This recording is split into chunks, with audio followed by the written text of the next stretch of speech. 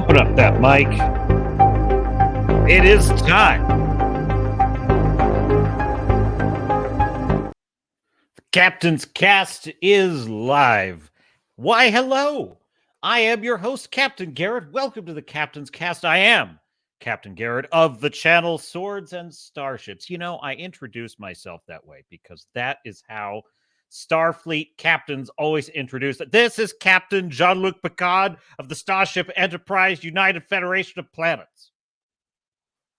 And so if you find that interesting, you're welcome here. Godzilla -1, if you haven't noticed, has been the headline of this stream for like 3 weeks now. That's for a couple of reasons. Number one, most importantly, it is the best film of the year. And number two, not all of you have seen it because of this maddening, staggered release. Our friends across the pond in Great Britain and Europe at large, I do believe, have had a chance to see it. But if you are in Australia, you still can't see it. And that is a crime. So we'll talk about Godzilla just showing everyone how it's done. Showing everyone how it's done. And, there is a new term. So now I have said many times on this channel that the word woke is winning. That is propaganda, bad storytelling is what I mean by that. This is a channel dedicated to good storytelling, storytelling that welcomes everyone of all different walks of life because stories are universal. Universal, folks. Storytelling moves people no matter what you do not need to be represented on screen.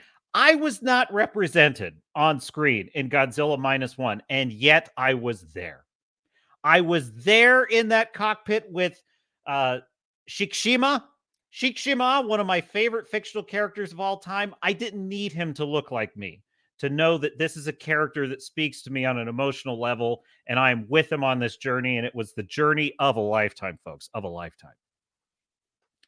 So what? So this is not a partisan issue. This is, well, I mean, technically, it is partisan to choose a side. Well, I am choosing a side. I choose the side of good storytelling, and all are welcome here. Pull up a chair.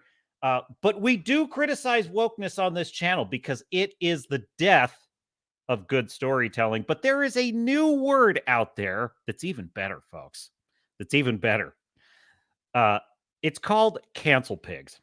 That's right, folks. There is a new term out there. It's called cancel pigs. And let me tell you something. The cancel pigs, they don't like it. That's right.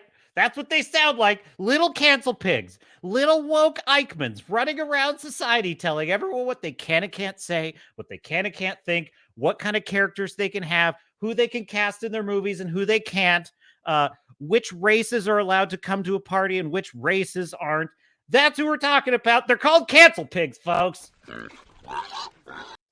And they squeal a lot when they are not winning. And let me tell you something, folks, they are not winning. So we're going to talk about that. And by the way, they're turning the guns on each other.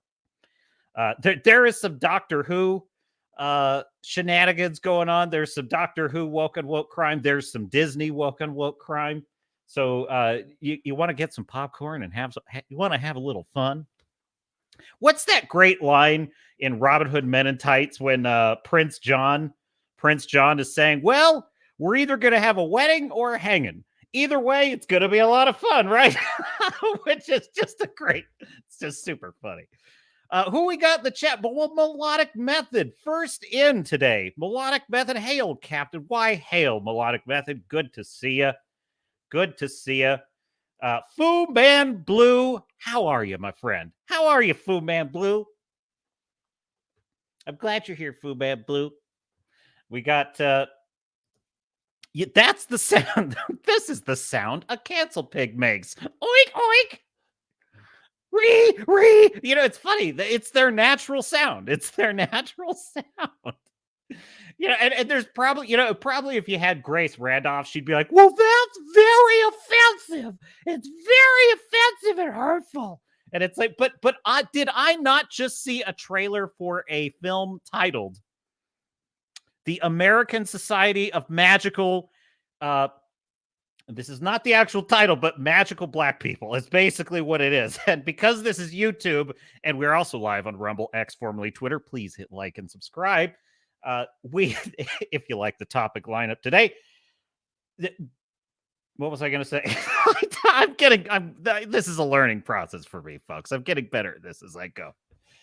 But in any case, the American Society of Magical blank, they mean black people, it is literally has a line in it that refers to white people as animals.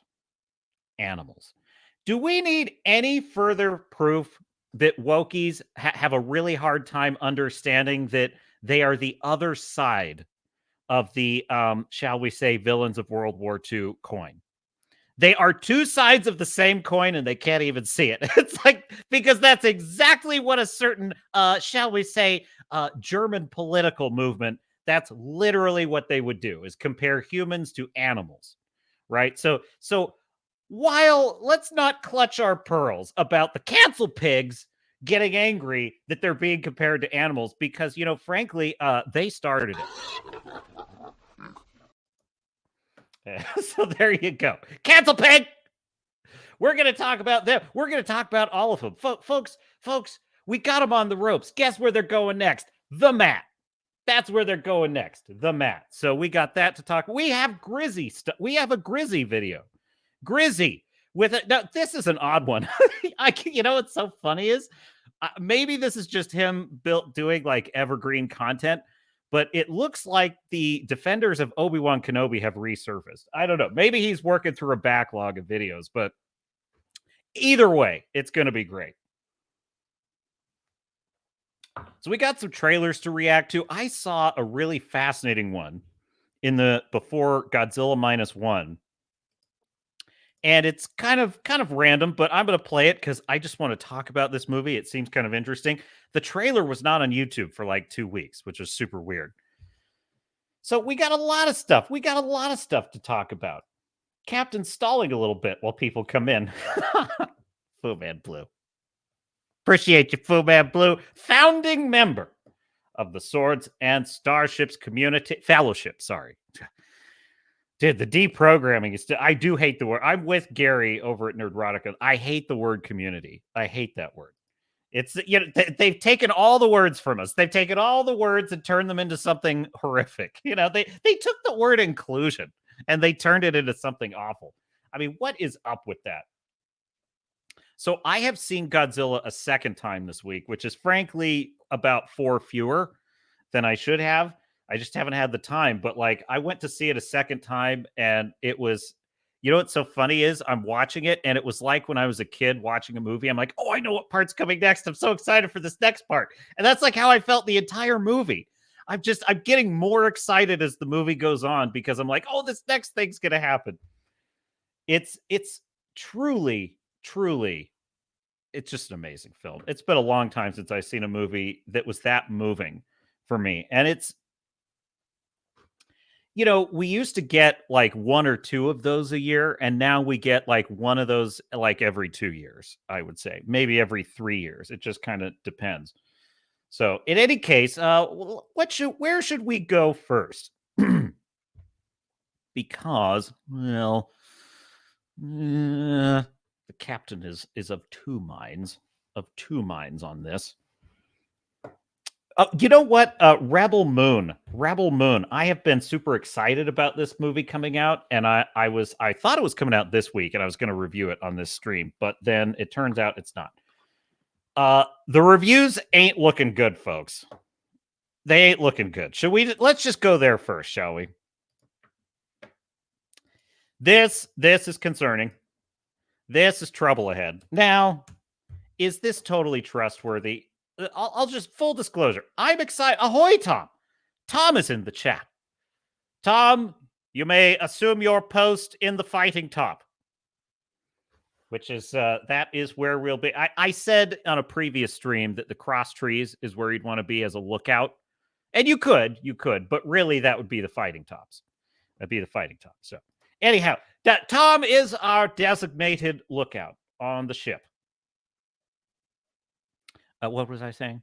Oh, yes, Rebel Moon. Rebel Moon. Share screen. So, look, it's not like I was pinning my hopes on Zack Snyder to make the most amazing original Rebel Moon, the most original science fiction space opera out there. However, if you don't know, the backstory to this is that Rebel Moon is basically a repurposed Star Wars script that Zack Snyder pitched to Disney that was rejected. Well, the fact that Disney rejected it, to me, is a good sign. Like, that's a good sign. It might have actually been a really good story that actually had some interesting non-woke bullshit in it, and they rejected it, which would make sense because the Force is female, and possibly, right? So that's one theory. And then Zack Snyder took this over to Netflix and he made it his own original universe. Well, folks, the early reviews are in now. There was a time when I would have trusted this number on the left here a lot more. These days, I tend to trust the audience score because the audience generally is just there to decide whether they like it or they don't. However, some of these reviews are concerning. Shall we go through a couple? Should we do top critics? Let's do top critics. Valerie Complex over there at the Deadline Hollywood Daily says another Zack Snyder movie that deals with the same old issues, quality production values with scatterbrained, incoherent storytelling. I feel like a broken record. Broken record. A hugely expensive but uninspired Star Wars knockoff with some thrilling action sequences and some truly ugly moments that taint the entire thing. Rebel Moon often looks more like an animated pitch for a movie than an actual movie with human characters, urgent drama, emotional stakes, and so forth. Now, this one actually makes me sort of take notice right there because this is honestly how I would describe most MCU movies. This is how I would describe currently, anyway. This is how I would describe most current MCU, current DCU, current just about anything in theaters right now. Is basically an animated. This would be the Marvels. This is the Marvels, an animated pitch for a movie that does not have human characters, urgent drama, or emotional stakes.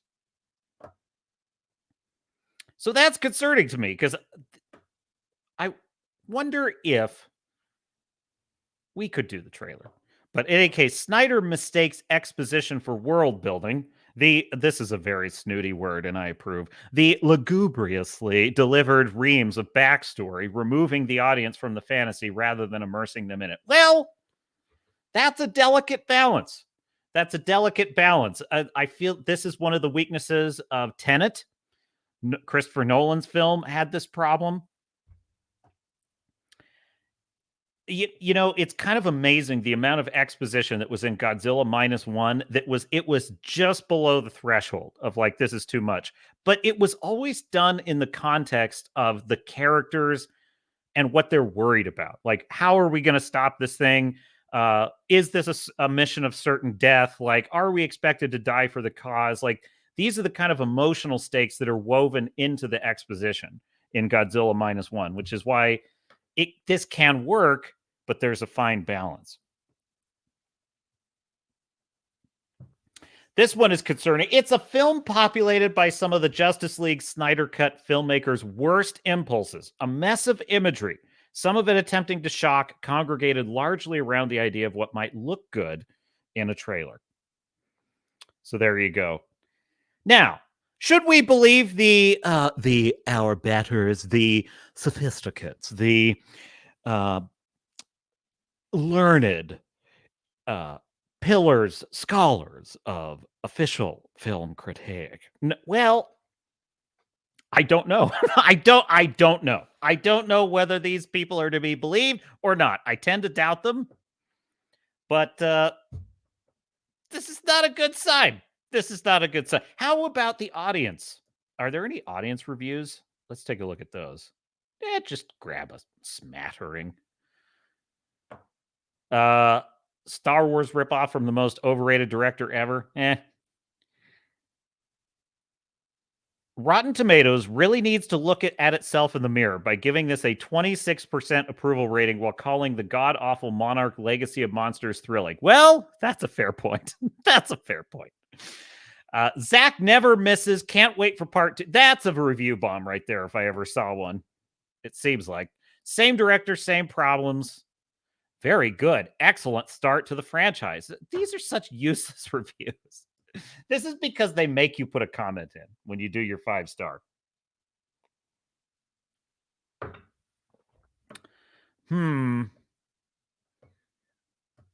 This movie was everything I wanted it to be, from the visuals to the performances and the score. This film is just a small drop of water in a vast ocean. It leaves you wanting more of this fantastical new universe. Can't wait for the extended cut and its continuation in the spring. What did you like about it, Andrew? What did you like about it? See, these reviews are not very helpful. Not very helpful at all. Melodic Method says, it's been a while since I cared what critics think of a movie. I'm going to watch Rebel Moon when it comes out. 100%. I'm totally with you on that, Melodic. Believe me, this is not me shitting on this because I want to shit on it. It's actually quite the opposite. I had high hopes for this movie. I have less. I have more tempered expectations now. But my hope is that it's really good. Honestly, I loved Watchmen. I absolutely love that film. That's one of those films that I can rewatch over and over again. I don't know why. It's kind of a depressing movie, and I usually don't rewatch movies that are uber depressing.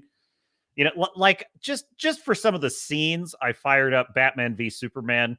It was so depressing, I didn't even want to watch the action scenes. I quit watching. I'm like, God, every time I do this, I remember why this is one of the worst films ever made, Batman v Superman. It's awful. It's a funeral dirge, that movie, but with no reason to be. So Zack Snyder is a hit or miss kind of guy. It's like sometimes his vision is amazing and sometimes it's not. I tend to think when he's adapting something that someone else did, that would be like Watchmen or 300, he does very well. But when he's kind of doing his own thing, then I think it's a swing and a miss quite often. So Man of Steel, I'm one of the few that defends Man of Steel, not because I think it's a great take on Superman exactly. But it had elements that I liked. It had elements I hated. I hated the way Jonathan Kent dies. I think that was terrible. I hated the insane destruction of Metropolis. I thought that was really bad. I liked Henry Cavill. I liked the more.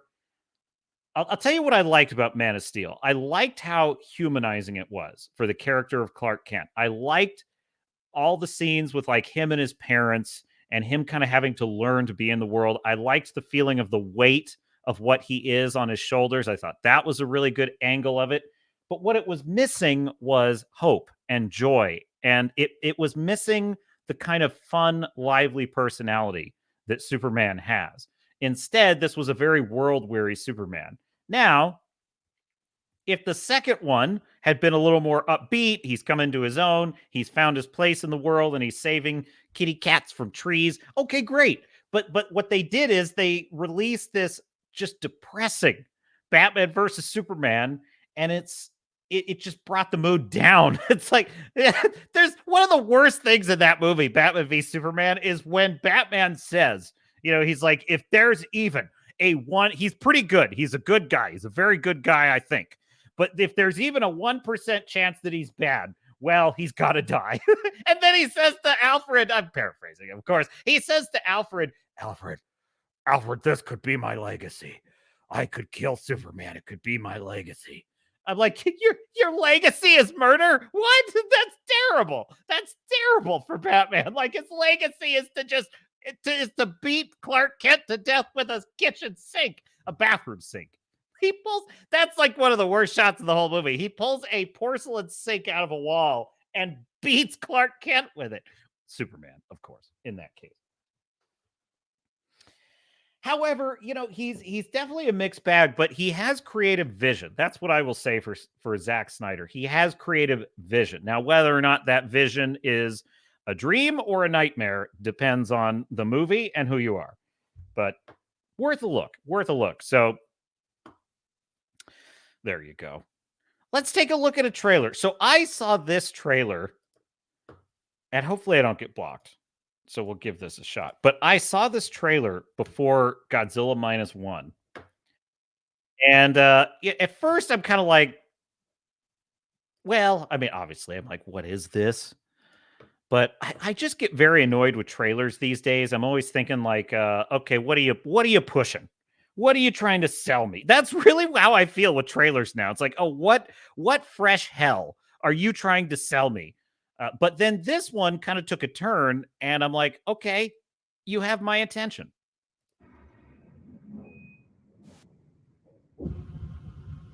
From all of us out here in Mission Control, welcome to space. The Russians always knock 3 times.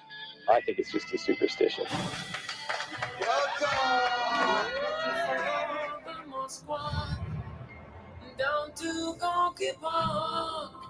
Listening to the wind of change. Wow. We have seen pictures, but this is... We don't talk politics. Here we are. This is literally the part of the trailer. I'm sitting in the theater. It says, "Oh, it's a sign of American and Russian collaboration or something." And I'm thinking, is this some kind of like Russia, Ukraine, Orange Man bad situation? Yeah, it's literally what I'm thinking. What are you trying to sell me, movie? Are you trying to sell me that we were bad people forever being friendly with Russians and how dangerous that was because you're supposed to hate Russia now? Or just whatever the stupid NPC download is, right? That's what I'm looking for. I'm like, okay, what's the NPC download patch update that you're trying to install on me, movie? But then it continued. 1. What? Hey, guys. Wait a minute, what the hell is going on down there? Oh, whoa. We gotta get up now, guys. Let's get out. Oh, my God.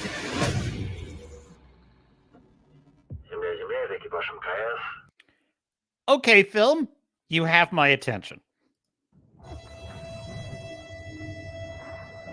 You so do you read. War has broken out below. And we were told to take the I.S.S. by any means necessary. If we got orders from our government to take control,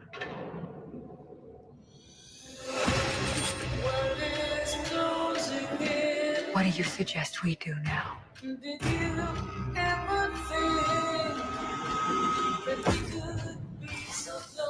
the Russians got the same orders as this. And they just struck first. Struck first.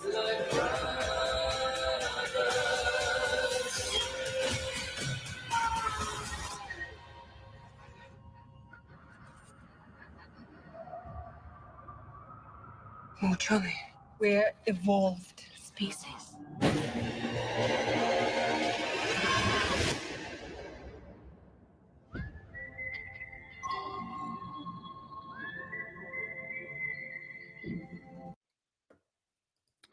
Dude, that's pretty terrifying. That is a terrifying premise for a film. Like, there's so many, I heard it said recently, it might have been Chris Gore. I can't remember who said it, but it was one of the comic book guys. It was on Real BBC.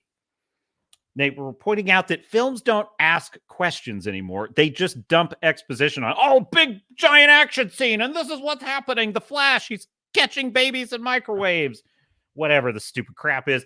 But they don't pose a question in the film. What I like about that trailer is it has my mind racing with questions because I'm like, wait a minute, even if they take control of the station, what are they going to do? That's like, there's nothing down there anymore. It's all nuked. Like, what's it? And also just the concept of like, what would that be like? It's a horrifying premise. And the visual impact of seeing just the world on fire was terrifying. And what's interesting about that, too, is it suggested to me something people often overlook when they think about nuclear war, because they think, oh, yeah, the bombs hitting the cities, and that's terrible. And they think maybe, oh, if I'm out in the boonies, maybe I'll be safe. But what they overlook is the fact that if you set off about 1,000 nuclear weapons, every single one of those weapons is going to start a massive firestorm that is going to spread for maybe hundreds of miles. Now, if you multiply that times all of those bombs, that's basically like the whole world is on fire. Like on fire. Forest fires, just it'd be like that's why it would create the nuclear winter, because you'd have so much smoke going into the atmosphere all over that it would be just like, yeah, anyway, I'm not trying to bring it. Look, we got to get our shit together as a species if we don't want this to happen, is my only point. But anyway, the film seems to be pretty dead on. Like, I was thinking just like how stupid the Marvel's creators are. You know, they're like, oh, we're going to take your atmosphere. We're going to suck this atmosphere out of your planet and put it on our planet. That's not how atmospheres work, you dolts. Like, it's nice to see a film that's like, oh, see that they've thought through like how this would work. So I'm kind of interested. Melodic says, yes, the Scorpions. And, I forgot we have, okay, yeah, that's the YouTube chat. And we have the Rumble open. So we have got Rumble and X, formerly Twitter. So check it. So what that trailer reminded me of something. I'm trying to remember what it reminded me of. My mind is going in too many places at once. Oh, that's right. It was the film Life with Ryan Reynolds, which is it's kind of one of these movies that like it never got much press. Nobody's really heard much about it. It's actually a really good movie. I saw it in the theater. It's kind of dopey. The concept is, if you haven't seen it, the concept is the International Space Station is receiving a delivery from Mars. A probe has brought back a sample from Mars that contains living alien tissue. And they reanimate this living tissue and it becomes this organism. And of course, naturally, it starts out as, oh, it's so beautiful. We found life on other planets. And then it starts, as one reviewer put it at the time, snacking on the crew. And then, so it's a really good kind of, it's almost like an Alien cover band. It's like an Alien movie cover band is what that movie is like, but a really good one. And this movie kind of reminds me of that. It's a perfect setting for a monster in the house or a dude with a problem story because it's as confined as the space gets. And what's so interesting about that is if you're fighting over the International Space Station and the whole world are basically nuking each other, what's the point? Like at that point, who cares who runs the International Space Station? But what's interesting about it is that that's actually not necessarily why they're fighting each other in the film. They're fighting each other in the film. They may both have the thought that like, well, regardless of what our governments want, it's pointless. There's no reason for us to like fight each other up here. This thing's pretty much, it's all one space station ain't going to change the outcome, right? Now, they may both be thinking that, but what they're also thinking is, however, the other guys have been ordered to take us out. And they might follow that order. So we have to take them out first. And so because both sides are thinking this, even though it's insane and it makes no sense to fight each other, they're still going to fight each other. That's a pretty good premise. That's a pretty good setup for a film. I think that could be a lot of fun. So there you go. What else? So I have a lot of trailers to react to. I have the Dune trailer. How much would I want to talk about Godzilla? Have you seen it, Melodic? Let me know. We might do some Godzilla.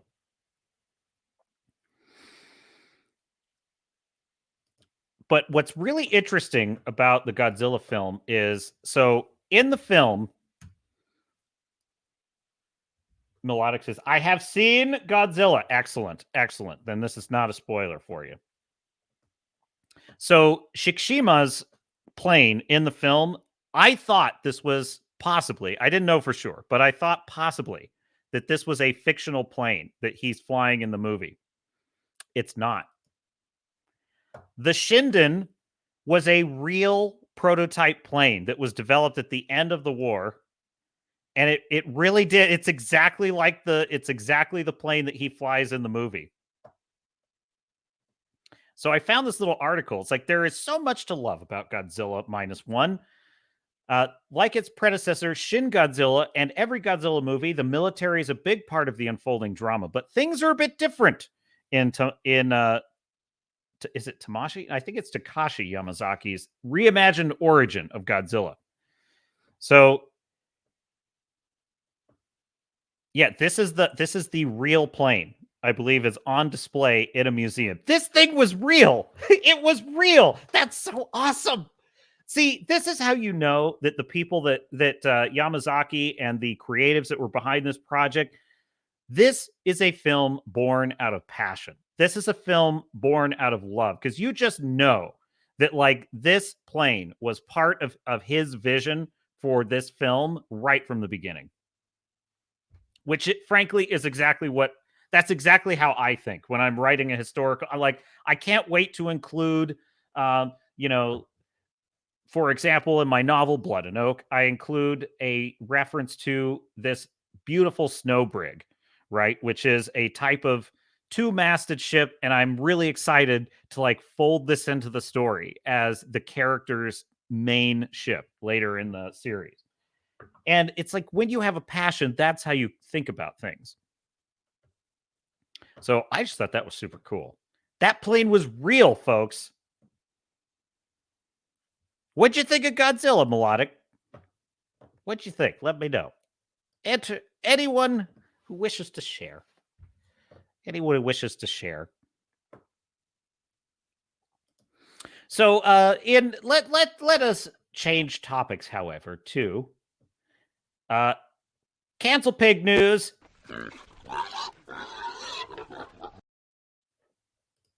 That's right. The cancel pigs are very unhappy. They're very unhappy.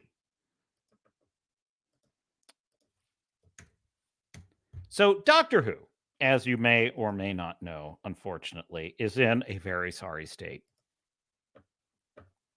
And now Doctor Who is being attacked by its own Russell T Davies, right? He comes back, the darling of Doctor Who creation. He basically is the last best hope for a good restoration of Doctor Who, and he goes full-blown woke lunatic. He just goes full-blown crazy, turns every show into, just the message. But yet, that is still not enough to placate these wackos. You can't placate them. So this from The Verge, the new Doctor the new Doctor Who debut felt like a timey-wimey slap to the face. Russell T Davies' hearts are in the right place. Why is it plural here? Russell T Davies, that's one person, that's one individual, and then the plural hearts. Why? Does he have two? Russell T Davies' hearts are in the right place. But the introduction of Ncuti Gatwa's new Doctor Who was marked by a number of questionable decisions and racist tropes, as the internet would have it. Doctor Who executive producer Russell T Davies warned everyone that the 60th anniversary special episodes were going to introduce some interesting new twists to the mythology of the series, meant to set the stage for actor Ncuti Gatwa's debut as the Time Lord. Some of those changes, especially those specific to the Doctor's companions and nemesis, have been easy to understand, as Davies updating Doctor Who lore to better reflect modern sensibilities. But when it came to the arrival of the newest Doctor, the first leading incarnation of the character to be played by, I could breathe, a black queer man. Oh, thank God. That's so amazing. It's so stunning, so brave. Doctor Who's 60th anniversary is special. Absolutely fumbled the ball by forcing Gatwa to exist in another actor's shadow. Regeneration, the transformative process in which the Time Lord, like the Doctor, becomes new, drastically different versions of themselves, has always been a fascinating part of Doctor Who's mythology, and the BBC's convenient way of passing the mantle on from one actor to another. Though the Doctor usually recalls the events of their past lives, they've always been their own. Make sure not to miss. They are them now. They are they, them. The Doctor, they, them. Their own distinct people who have gone on to adventures with new companions. They couldn't just say like his or hers or he or she. No, they can't do that. They can't do that. The regular casting changes around all how the series has been able to run for 60 years. In the post-2005 Doctor Who revival under showrunners Davies, Stephen Moffat, and Chris Chibnall, also referred to on this channel as Chinpo, regenerations have been momentous events that gave viewers a taste of what's to come while saying goodbye to the Doctor's previous phase.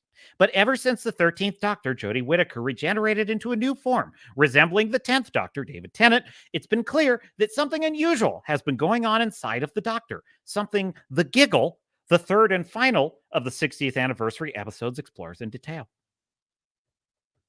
After finally getting things right with Donna Noble, Catherine Tate, in The Star Beast, and then spinning off with her on a nightmarish journey to the edge of the universe in Wild Blue Yonder, the 14th Doctor, Tennant, returns to Earth in The Giggle to do battle with an updated version of classic Doctor Who villain, the Toymaker, Neil Patrick Harris.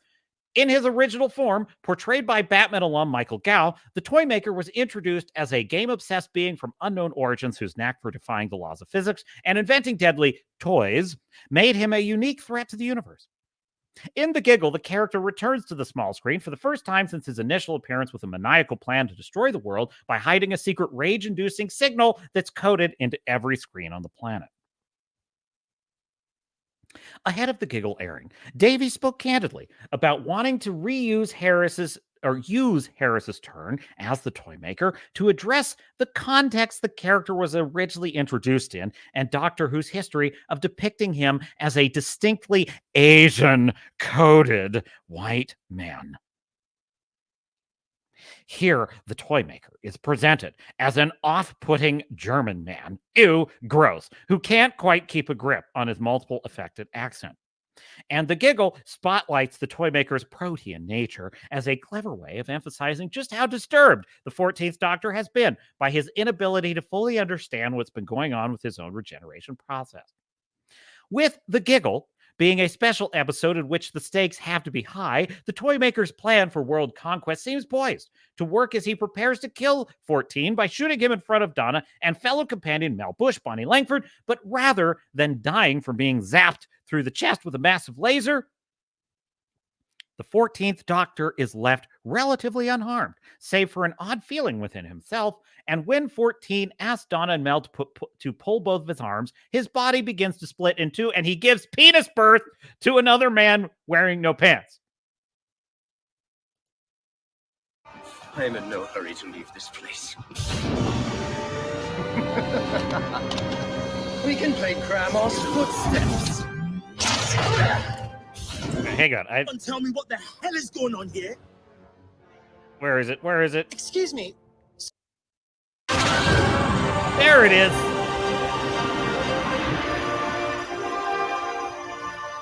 You're me. Not me. I think I'm really, really me. Oh, I am completely me. My God, folks. You poor Doctor Who fans. Oh, my Who fans out there. You know what's so sad about this, too? If I may just interrupt the brilliant article here by The Verge for just a moment. As a non-Doctor Who watcher, all I have to see is like a clip of David Tennant, a clip of Neil Patrick Harris, and I feel myself slightly pulled in. Right? Because I find these actors, their performances magnetic. Actually, Ncuti Gatwa's not bad either, just in terms of a general performance. I'm not commenting at all on how he is as a doctor, because I wouldn't know. I'm just saying that, I can see that there is filmmaking skill involved in Doctor Who under Davies. There is absolutely filmmaking skill. There is no reason for this to be terrible, and yet it is. Resuming with, but what does The Verge think about this development? Well, according to the new 15th Doctor, Ncuti Gatwa, by generation, a Time Lord simultaneously regenerating into two separate selves, was supposed to have been a Gallifreyan myth. But as, by the way, I hear from Doctor Who fans, this is a total retcon. In other words, he underwent cellular mitosis. He split like a cell into two separate doctors. And basically what they've done is they've multiversed it. They have like MCU, DCU multiversed it. They basically said, oh, there's an infinite number of doctors. They can all be doctors. And this doctor could be totally unmoored from all the emotional baggage of all the other doctors. So, in other words, there's no stakes. Nothing you watched in all the previous generations matters. The lore can be totally disregarded. We're doing our own thing now. Disney owns this, and it shows because it has been Disneyfied. It has been Disneyfied. The article goes on, but as 14 and 15 team up to beat the toy maker, the giggle makes obvious that this era of multiple contemporaneous doctors is here to stay. And while that's sure to be a delight to the legions of Doctor Who fans who've come to see Tennant as the quintessential doctor, it's impossible not to read the episode as having stolen a lot of Gatwa's thunder. You know what's amazing about this? Look at how dense these people are. Like, look at how stupid. This is why they always attribute to fans opinions we do not have. Opinions we do not have. Because let me say one thing for fandom here, right? So they're saying, oh, well, David Tennant gets to live over there somewhere in the canon off screen, and Ncuti Gatwa is here, and you can have both. And it's like, and they seem to think, and that makes fans happy. Right? That's what fans want, right? That's because they think fans are stupid people.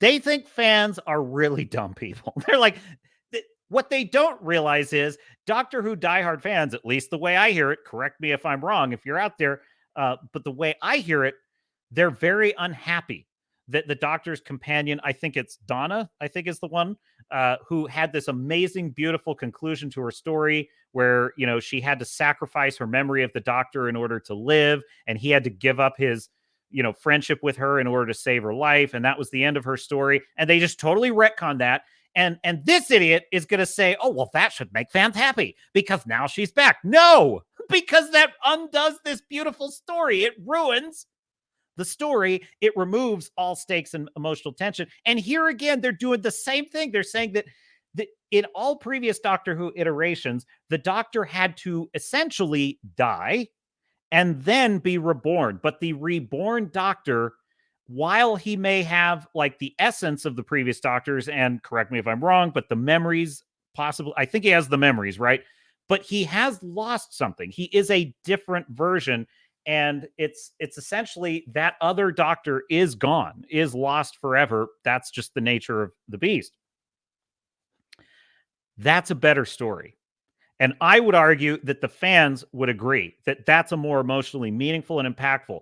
This stupid plot development is a dumb plot device, totally worthy of Dibney, which basically allows you to have a new Doctor without having any of the stakes or the emotional payoff or any of the tragedy, the bittersweet nature of it. You dispense with all things emotional. This is the world the woke are building for us. A world where there are no stakes in stories. Nothing is at risk.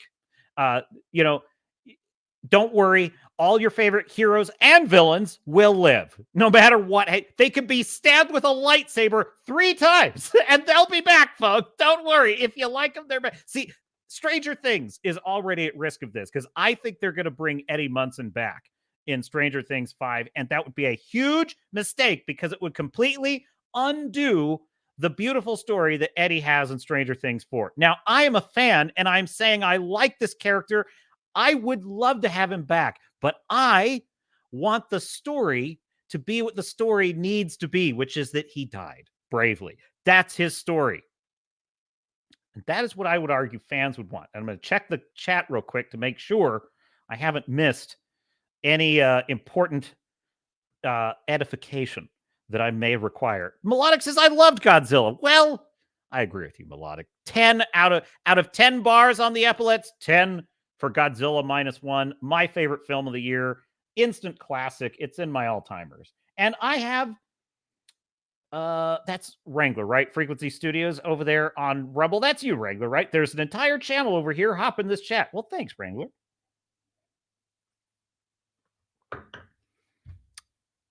What really blows me away about Godzilla -1 is I'm watching it a second time, and I'm kind of thinking that even some of the slower parts that I figure I'll probably get bored of this, I'm not. I'm like, just the whole movie. I'm just so invested. I love that film. Anyway, we might get into it more. Melodic says Doctor Who species have more than one heart. They do? The Time Lords? Right, but that line in the article was referring to Davies, and Davies, as far as I know, he is no Time Lord, sir. He is no Time Lord. Hail and stuff, says Wrangler. Ahoy, Wrangler. Welcome aboard. Good to see you. And Wrangler says, when is the Doctor going to regenerate into an otherkin? That is a question for Melodic, Wrangler. Melodic is... Wait, Melodic, are you a Doctor Who? Are you a Whovian? That's Redoubt. I'm thinking of Redoubt Productions as our resident Whovian. Old Man Nixon is in the chat. Hail, Old Man Nixon. Good to see you. Wrangler says, I think they're mixing up Time Lords with Klingons. That could be. That could be. In any case, we return to the illustrious Verge. Let's see, where was I? Let's just skip to the next article, the next paragraph, shall we? When Gatwa was first announced as the actor who would be taking over the Doctor role following Whittaker's 3-series-long run, it felt like the BBC finally had the common sense to lean more into Doctor Who's core ideas about imagination, exploration, and discovery across time and space. Was anyone complaining about this? Like, was anyone's complaint about Doctor Who? Gee, they're not exploring. There's no imagination and discovery. I don't recall that ever being a complaint about Doctor Who pre-Jodie Whittaker. But I digress. No matter how vehemently Doctor Who fans might want to deny it, here it comes. Here it fucking comes. I don't even have to read this next line to know what's coming, folks. This is the same argument that has been deployed against us Trekkies, by the way. Star Trek has always been progressive. Star Trek has always been about transgender rights. You're just too stupid to know it, you bigot. No matter how vehemently Doctor Who fans might want to deny it, the fact that the Doctor, a shape-shifting alien from a planet full of brilliant time travelers, was almost exclusively portrayed by white men until 2017 was small-minded, racist, and sexist in equal measure. That was racist, that was sexist, and it was small-minded.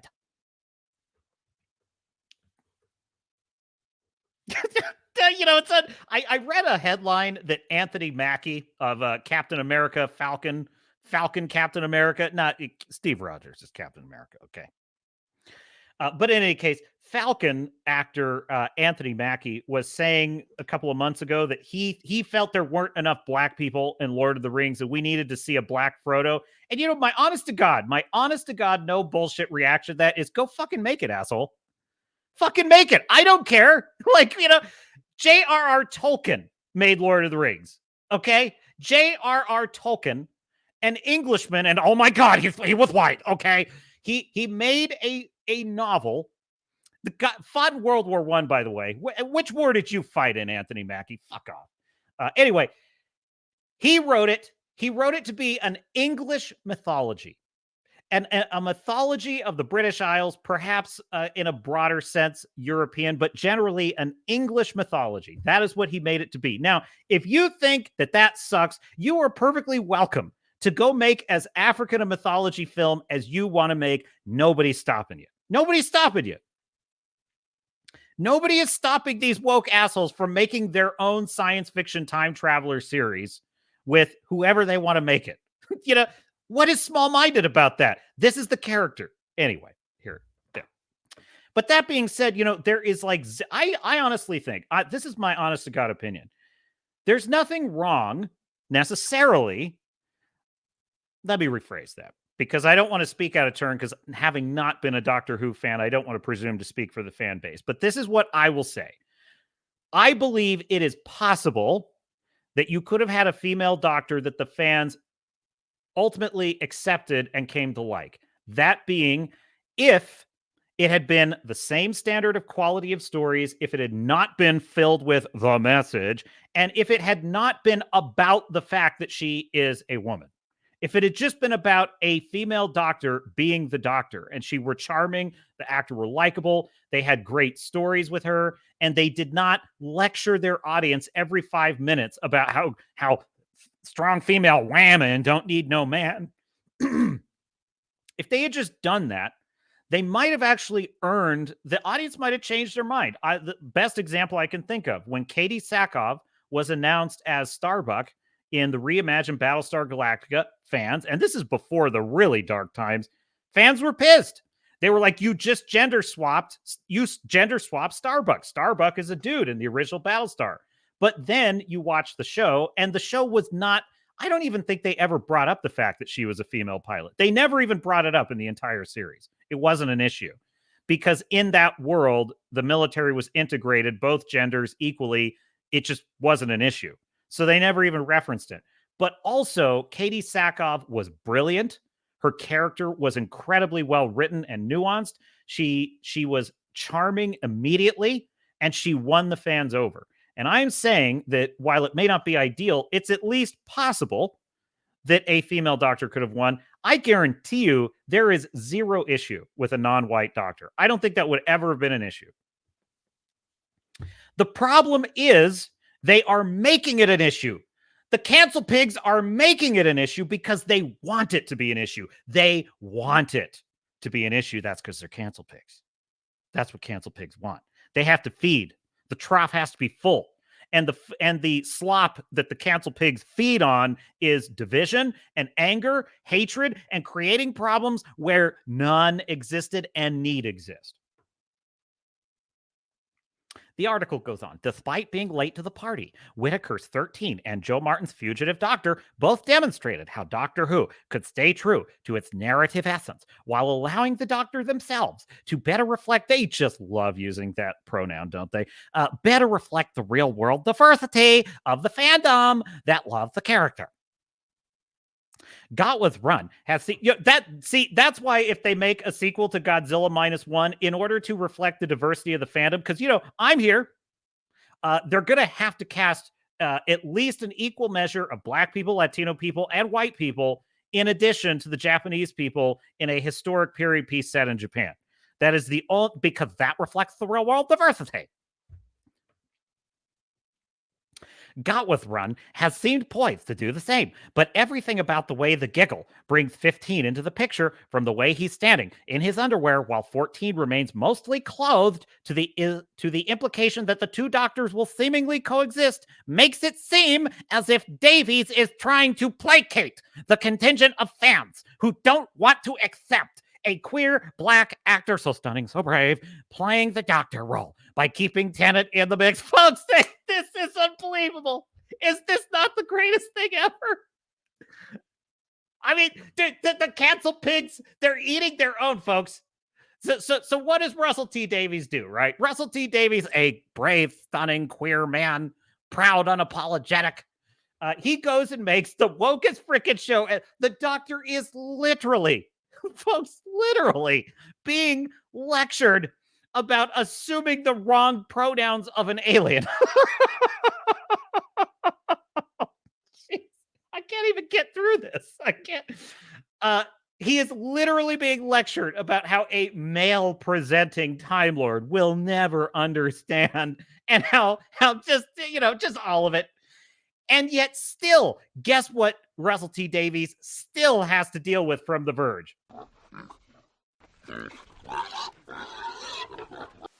The cancel pigs are on the case. It's like nothing is ever good enough.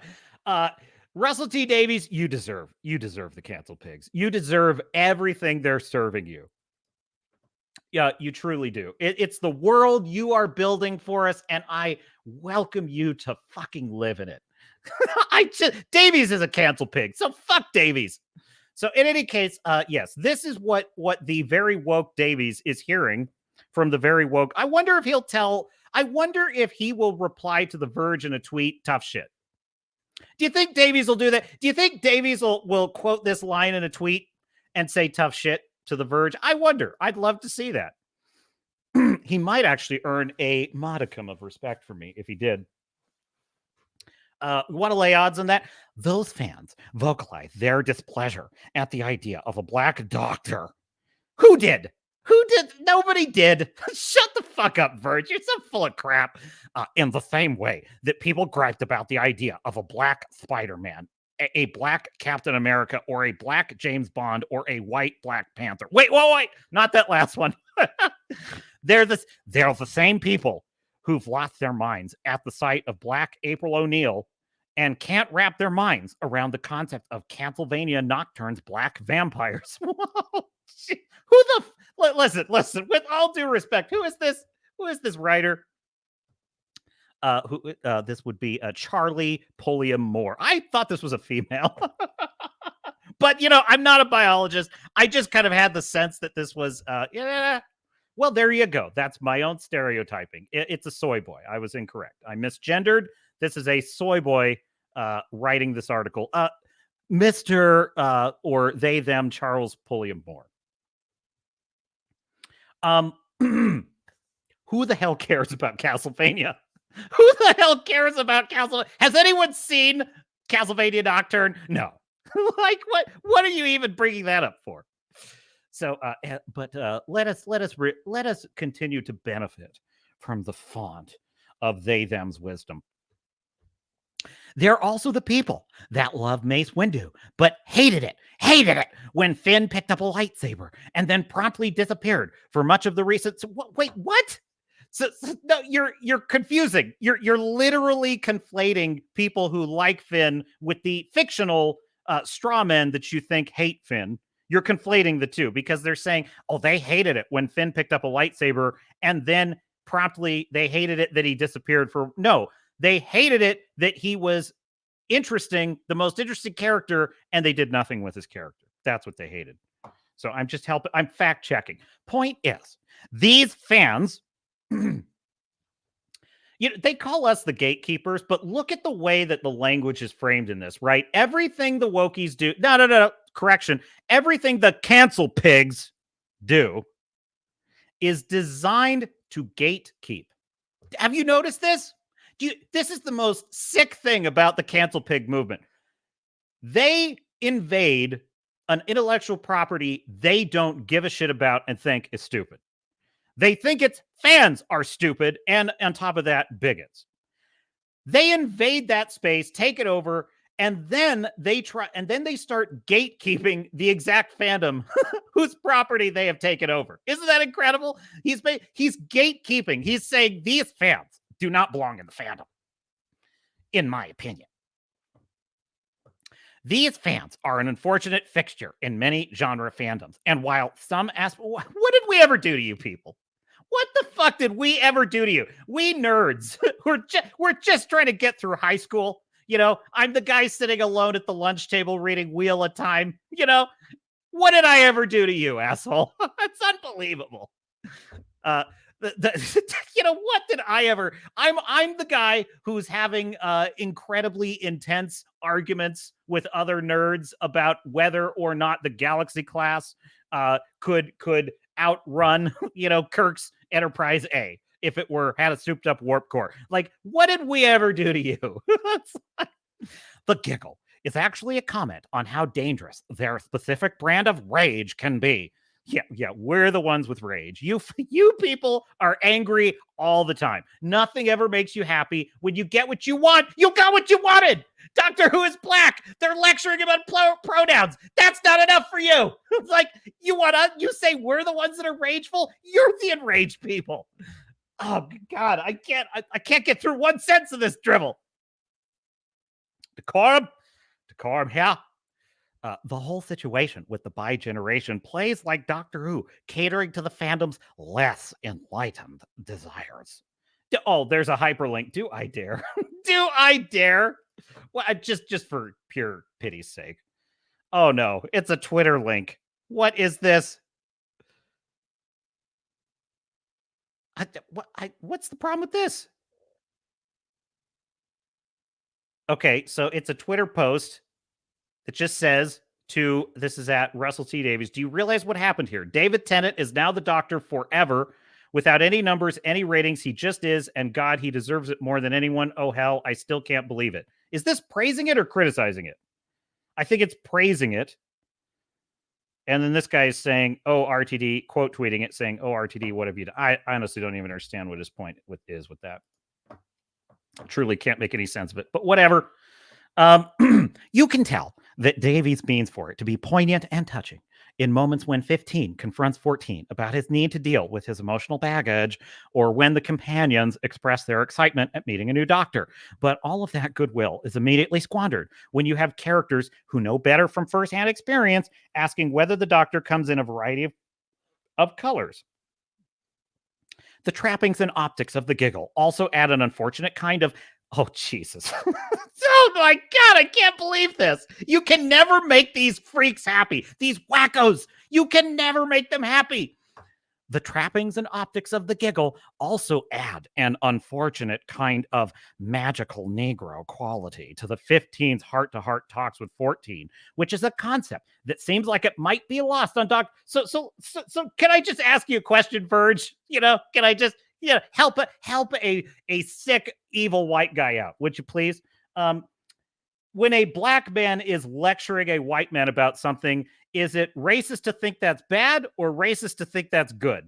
I truly can't make heads or tails of it. If I think it's good, that means I believe in the magical Negro trope. But if I think it's bad, that means I'm a white supremacist. So which is it? The answer is it's a trap. It's a trap. That is the correct answer to the question. Nothing that the cancel pigs want, nothing that they claim, nothing that they argue for is consistent. Everything they argue for has an immediate reverse opposite contradiction somewhere else. They don't have a vision for anything. They are parasites in terms of their ideology. They're ideological parasites. They just want to suck the life out of culture. And when they have drained it of all of its life, they go looking for the next fandom that hasn't been polluted. I guarantee you, they're out there looking for a way in on South Korean, Japanese, and Indian cinema. They are on the way to taking those down as well. They will be there. So, pray for them. Pray for them. The two doctors defeat the Toymaker together, but the episode's real emotional climax comes as 15 explains himself as the product of emotional healing that 14 has not done.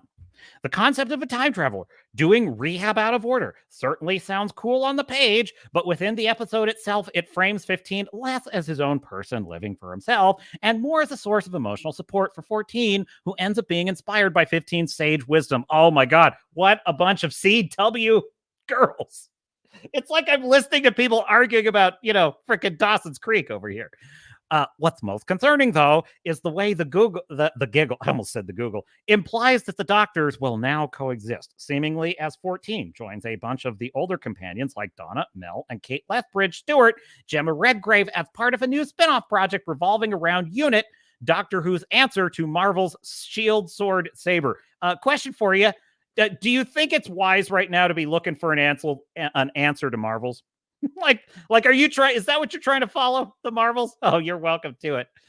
So they're turning Doctor Who into a stupid multiverse.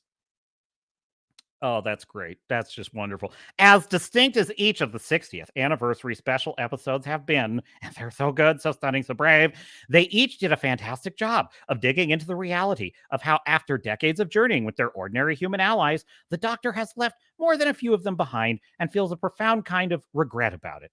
Yes, all of which has now been retconned and rendered non-existent in the plot. More new stories centering around 14 and the classic companions could create a way for Davies to dig deeper into that aspect of the Doctor's psychology. And with blah, blah, blah, who cares? But part of what made it possible for Tennant's initial run as the Doctor to become a monster success was the time and space he was given to fully own and make the character his own, independent of his immediate predecessor and, incidentally, the Message. The giggle doesn't wholly preclude Gatwa's ability to do the same, but simply by making this era one he might have to share with Tennant. Doctor Who has already put him at something of a disadvantage. Oh, God. Is there anything left to address in this? Yeah. Oh, God. The minds of cancel pigs. Like, this is They're psychos, man. They're psychos. You can't make these people happy no matter what you do. So there you go. Woke on woke crime. Doctor Who goes full blown retard. It just Doctor Who goes full blown The Message. Literally attacks fans. The showrunner Davies is attacking fans for disagreeing with not even The Message, just disagreeing with, oh, why did you undo that lovely ending with his companion? And yet still that's not enough. That's not enough. Meanwhile, you have another Doctor Who actor who is not expressing a lot of happiness. Let me just grab this for you. So this is the 9th Doctor, if I'm not mistaken. This is Eccleston, Christopher Eccleston, and he had some choice words. Guys. Timestamp is 1450. So he was asked about his thoughts on Russell T Davies and the current crop of creatives working on Doctor Who. People would love to see you both come back at some point, but Christopher, for you, your experience was... Only one person. No, come on, everyone. And that was my mother. Guys, wouldn't you love who's to over there see... with the beard. Mom, you need to shave. You'd all love to see Christopher come back as the Doctor, right? See? Now, what would have to happen for that to become a reality? Sack Russell T Davies, sack Jane Tranter, sack Phil Collinson, sack Julie Gardner, and I'll come back. So can you arrange that? Did you find it hard to be associated with the character? That was like an Elon Musk kind of moment for that crowd. They were like, what? So there you go. Whatever his reasons, he ain't a fan. He ain't a fan of the current crowd. I enjoy that. Where is my chat? Yes, Melodic answering the captain's question. I don't know much about Doctor Who. I watched a few of the episodes before they brought it back 10 years or so. That's more than I have. Although I've been kind of learning. I'm like Doctor Who fan adjacent now because I share your pain. Wrangler says, what bugs me about African mythology is that every time I go looking for that sub-Saharan lore, all I find is Egyptian mythology. Well, you know, what's funny too is like there's a lot of criticism of Western civilization as being this dominant force. And it's like, well, but there's another problem, right? Which is cultures that did not write down their stories. We don't have a record of what writing is an important part of the history that we have. And so there are lots of cultures that had written traditions, right? But for the cultures like, for example, Native Americans that, you know, some of them did, some of them did not. If they didn't have writing, we don't have their history. We don't have their stories. So that's kind of a challenge that we have there. But even so, there are people now who are writing down stories that have been passed down through oral tradition. So but see, that requires like nuance. Like that's just the reality. That's just the reality of like, okay, we need to find stories. But my point is, look, if Anthony Mackie wants Black Frodo, that who cares? You don't need a source, but just go write it. Go write your story. Go crowdfund your movie. Do whatever it is you want to do. Like the problem I have is they go and find things that someone else, you know, imagine the arrogance of it too, of just to say that, like, you know, Tolkien wrote that. See, this is the gaslighting that they do, is they try to deny that Tolkien intended it to be English lore and history, English inspired mythology, I should say. They try to deny that. That's not true. We basically know from his writings, he intended to create a mythology that did not exist for the British Isles. For that exact problem, that it was not written down. Or, well, if it had been written down, it had been destroyed in wars and things like that. And so there was no recorded mythology that he could rely on. Beowulf, one of the great famous ballad of, you know, I forget, was that Danish or Scandinavian? I might have been Norwegian. I forget. It's kind of Scandinavian. The only reason we have Beowulf is because it was one of the few oral traditions that had survived that long. It was one of the few ballads that have been passed down long enough for someone to actually write it down. So there are lots of cultures, including European cultures, that did not write down their history for a long time, and we don't know what their stories were. So it's like, so the arrogance of presuming to try and, for lack of a better word, colonize someone else's story, like, dude, fuck off. Like it's none of your business what J.R. Tolkien wrote. In terms of you going in there, I demand that someone change it. That's none of your business. Like, that's none of your business. If you like the story, read it, enjoy it, pull up a chair, we'll enjoy it together. Great. If you don't, fuck off. Anthony Mackie and all you cancel pigs, like, screw you. Go make your own shit. And then you know what I'll do? I'll come lecture you about how it doesn't contain all the things I want it to contain. It's like, don't let these people push you around. And we're not. We're not letting these people push us around anymore. They have had quite a run. They've had quite a run. Now we're going on a run. That's the difference. Melodic says, this is weird, especially considering Egypt is not sub-Saharan. Wrangler says, but all my searches keep bringing up more Egypt. I want to find the sub-Saharan lore, the gods and beings from myth that no one in the West has heard of, and incorporate that into new stories. That's a great idea. And that's a tough challenge.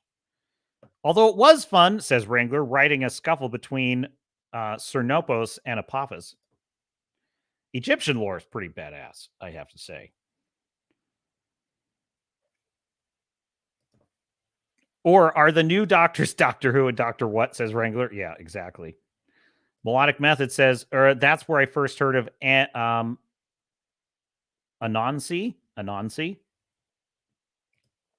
Wrangler, the Enterprise A with a souped-up warp core and a flux capacitor piloted by Bo and Luke Duke were ready to race. Yes. That we used to have such discussions about the Klingon D7. The Klingon D7 was clearly the superior Klingon. You know, I can't even remember all the lore. I've forgotten a lot of Star Trek lore over the years. I mean, I still remember a lot of it, like a lot of it. But there was a time when, like, the exact models and when they came out in the timeline were in my head. That's one thing I think Star Trek always had that Star Wars did not as much have. Like, Star Wars was more about the kind of mythology of it. You know, the Jedi and the dark side and the light side, all that kind of stuff, the Force. And I feel like Star Trek was much more about like the ships and the technology. And so and there was a lot more technicality in like the exact, like, you know, you had the Constitution class and you had the Intrepid class and you had the Galaxy class. That was like one of the coolest things about Star Trek. Melodic says, back in a few minutes. Well, come and go whenever, Melodic. We'll be here. We're just hanging out, chatting. It's kind of a chill stream this week. Kind of a chill stream. So that's not all the woke on woke crime, though. There's more, folks. There's more. This from Bounding Into Comics, or no, this from Variety, I should say, and also probably Bounding Into Comics. Check this one out. So Disney, you know, the company that obviously believes all women, a judge allows 9,000 women to sue Disney for pay disparity. Uh-oh. Uh-oh. Oh, Dibney. Oh, Dibney. What has happened? You could just choke on it. Like, you're wacko crazy. They have probably got so many wackos in this company. You can't even believe it. They've probably got just foaming at the mouth social justice crazies, and they probably have the audacity to be surprised. What did we do? We're a very upstanding company. It's like, dude, they could just eat each other. So my point is, the walls are closing in. The walls are closing in. And on that point, we have this. We have this lovely story. Share screen. From The Hollywood Reporter, a for sale sign on Paramount will shape Sherry Redstone's legacy.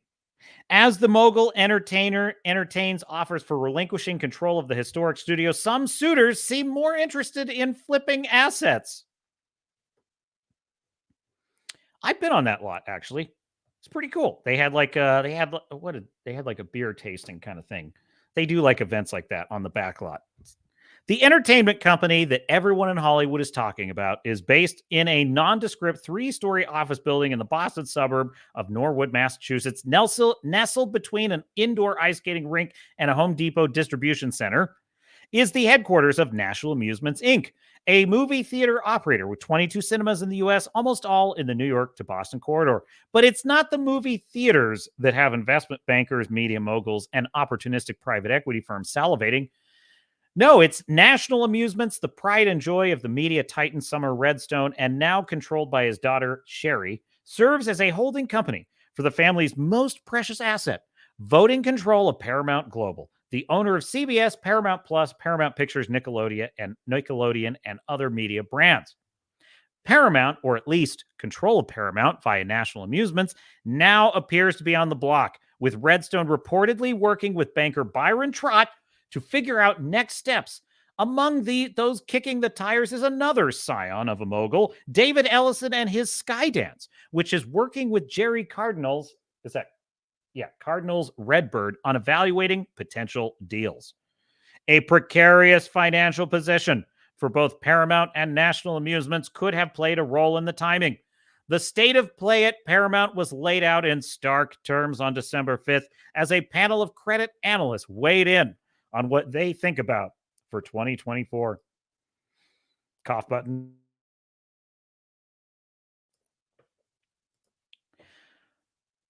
Paramount S&P Global analyst Naveen Sarma noted, now had a credit rating of BBB minus, the bottom end of what we would call investment grade. And National Amusements has faced issues of its own. The movie theater business, after all, has not had a good few years. And do you know what we, the fans, say to that?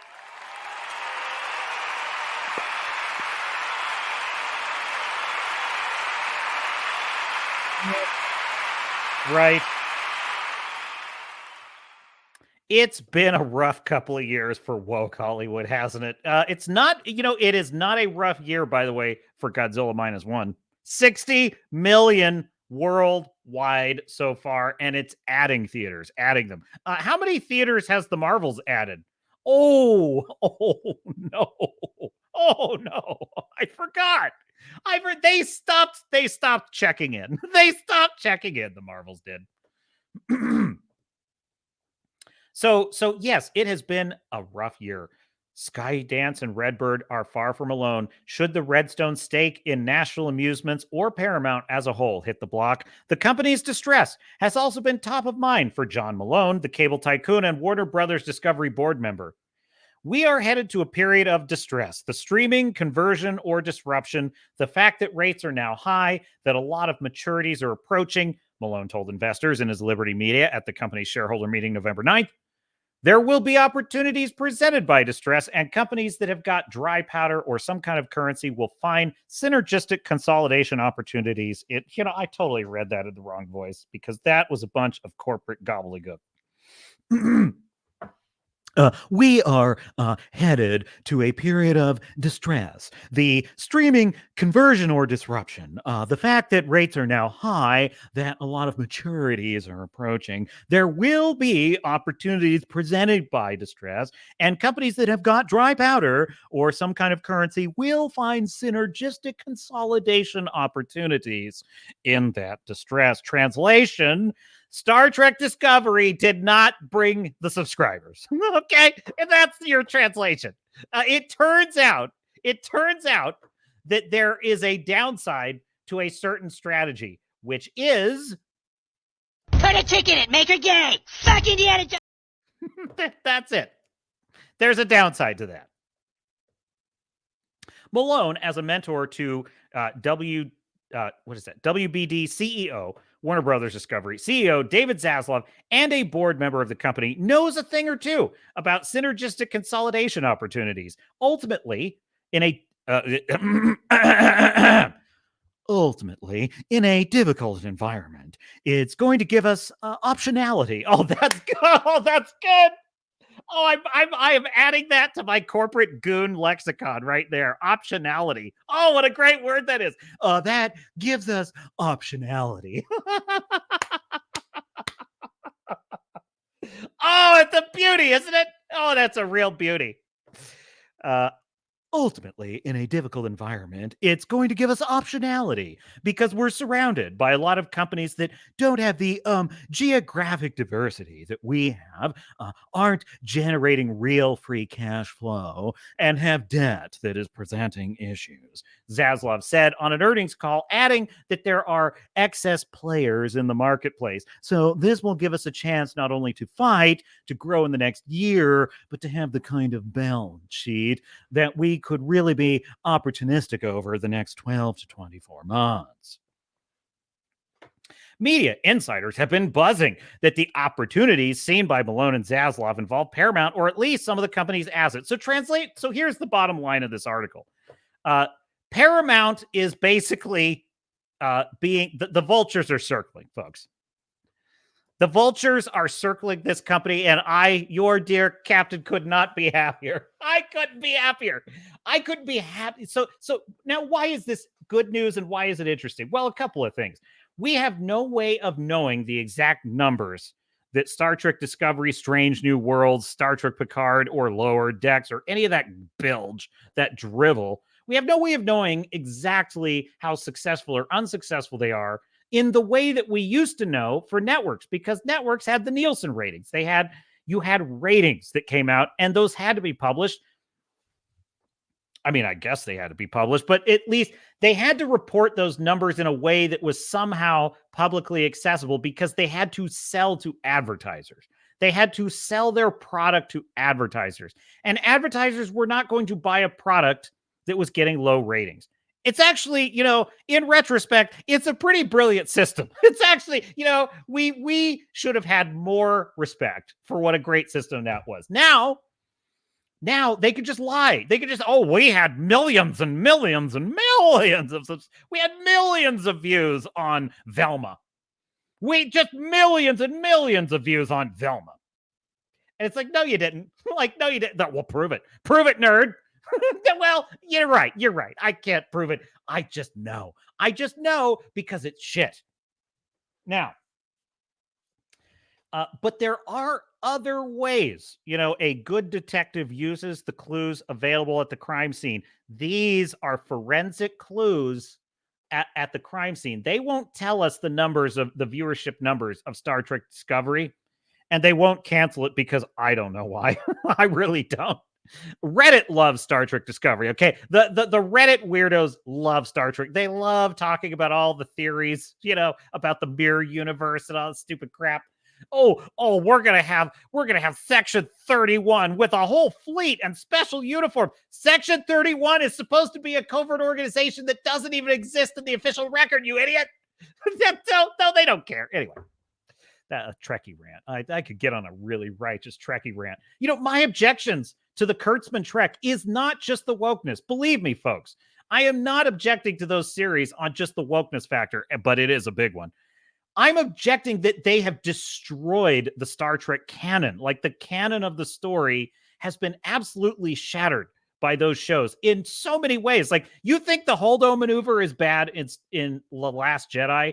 They introduced something called the Spore Drive in Star Trek Discovery, which is a literal point-to-point teleportation for a ship anywhere in the universe ever. It eliminates the need for warp drive. Okay? It breaks all of the lore. No such technology, and this is before Kirk. This is supposedly technology that existed before Kirk's series. Okay? So they've essentially rendered Kirk's Enterprise obsolete in a prequel. Now, they use just a truly convoluted and stupid plot explanation for why no one ever knew about it. Oh, well, It goes something like this. If anyone in the galaxy were ever told about the spore drive, it would alert them to the fact that Section 31 created an AI, which itself wanted to take over a ancient planetary AI that was malevolent, merge with its consciousness, and then use that consciousness to become its own controlling intelligence of the entire Federation. And in order to prevent that from happening, they had to take all of that knowledge and transport it to the 29th century where it couldn't be found. And anyone left behind in the 23rd century had to deny all knowledge of those events. Therefore, there never was such a thing as the spore drive. If that sounds fucking stupid, it's because it is. That's what it is. That's what they've done to Star Trek Discovery. So my point is this article is a sign. The vultures are circling. Just like they're circling Disney, they're circling Paramount, because I'm telling you right now, the jig is up. Like I can't even believe they're still making so much garbage for these channels, like Amazon Prime, Netflix. They are still just pumping out all this garbage. It's like a money laundering scheme. It's like even the good stuff. It's like, how can you afford this? Like, where are you getting there's no return on your investment. Where are you getting this?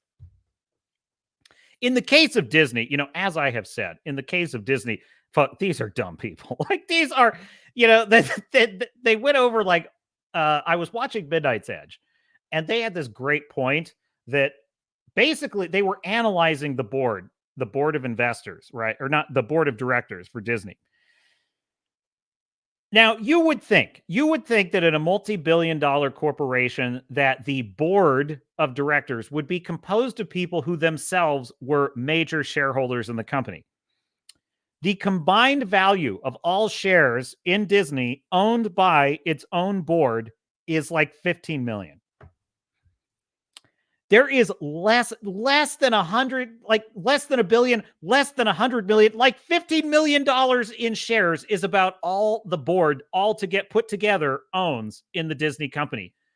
The inmates are running the asylum. It's like, imagine if you're a major investor, you own like $2 billion of Disney stock. The company is being run by idiots that don't even have stock in the company. It's like, dumb people. And they don't know anything. And the board of directors at Disney, it's stocked with people who are like, that were former executives of like CVS, like pharmaceutical companies. These are the people that are approving the decision-making that has led to Ahsoka, Secret Invasion, Willow, Snow White, and the 7 magical non-binary creatures, Peter Pan and Wendy, The Little Mermaid remake, Indiana Jones and the Dial of Destiny, Ant-Man and the Wasp, Quantum Nausea. Like, if you want to know why is Doctor Who and By Generation, you want to know where all the shit's coming from? A bunch of people that used to run CVS who have no stake in the company, and they just do whatever Bobby Iger tells them to do. Dude, morons, nincompoops are running this company into the ground. It's unreal. And supported and enabled and propped up on the shoulders of the woke lunatic mob, the cancel pig mob that has taken over that company. I mean, one must admire such carnage. One must watch such utter destruction with a kind of existential, just awe. What else can I say? Melodic Method says companies that have dry powder will be snorting it up their noses. Big surprise. Big surprise. Wrangler says, and I want it lame. I asked for chicken this. I wanted it gay and lame. And lame. Melodic says, the current situation is a paradigm shift that will create optionality. Oh, yes, there you go. The current situation is a paradigm shift that will create optionality that pushes boundaries, allowing us to take a strategic role in using our dry powder. Oh my God. I corporate speak. It's like you just have to lie for a living. I think one of the best things too is Nelson Peltz and Ike Perlmutter it has been shots fired. They have sent this letter around to all the shareholders, and they are stoking up the mob, right? They're getting the mob ready. They're saying, they literally say there's no need to take action yet, but make sure that torch and that pitchfork are nearby, arm's reach, because that's what's going to happen at the the annual earnings call. And so essentially they are getting ready to oust Bob Iger. They're trying to take over this company, Ike Perlmutter, and this is so fascinating too. It's like, because you see Elon Musk just go and buy Twitter outright. And I would think, being more of a layman in this area, I would think that's what you got to do. You got to buy the whole company to take it over.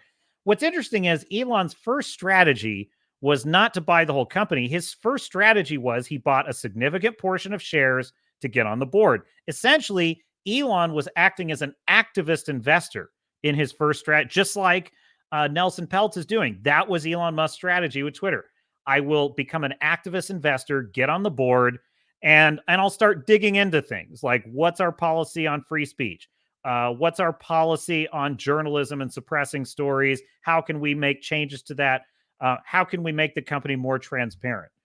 Almost immediately. So he became a board member. I think he was pretty much, I don't know if it was official, but it was basically it was pending, at least, that he was going to be a board member. So he started sending emails to the CEO of the company. What the hell was that weirdo's name? I remember, what was her, Vagina Gotti? What the hell was her name? But then there was the CEO. Anyway, they were both losers. Who cares? But in any case, the loser CEO, Elon Musk, sends him an email, and basically, probably many, saying, hey, questions about the algorithm, questions about the bots, questions about this. The guy responds with a bunch of corporate gobbledygook that means nothing, takes no responsibility. He's just like Bob Iger. Takes no responsibility for it. Oh, it's very hard running a company this big, blah, blah, blah. And Elon Musk said, you know what? I'm getting nowhere with this. You're useless. That's it. Effectively, that's kind of what his response amounted to. I can see this is a waste of time. And that's when Elon said, okay, I'm going to buy the whole company. So it's really interesting to see that there is a strategy for taking control of a company that does not require you to buy it outright. It's very fascinating because essentially Nelson Peltz is bypassing the board and the CEO of Disney in order to overturn everything that this company is doing. And he's bypassing them, and he's going directly to the shareholders, and he's building a line. Dude, this is a Game of Thrones. This is a battle for the heart and soul of Disney. It's fascinating.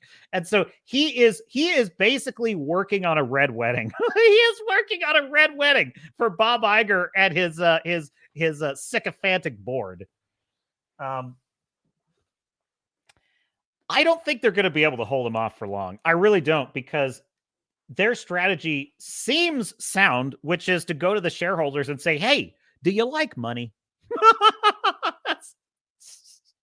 I know you probably haven't heard this question in a while, but do you like money? I mean, I don't know why you're invested in Disney, but I'm invested in Disney to make money.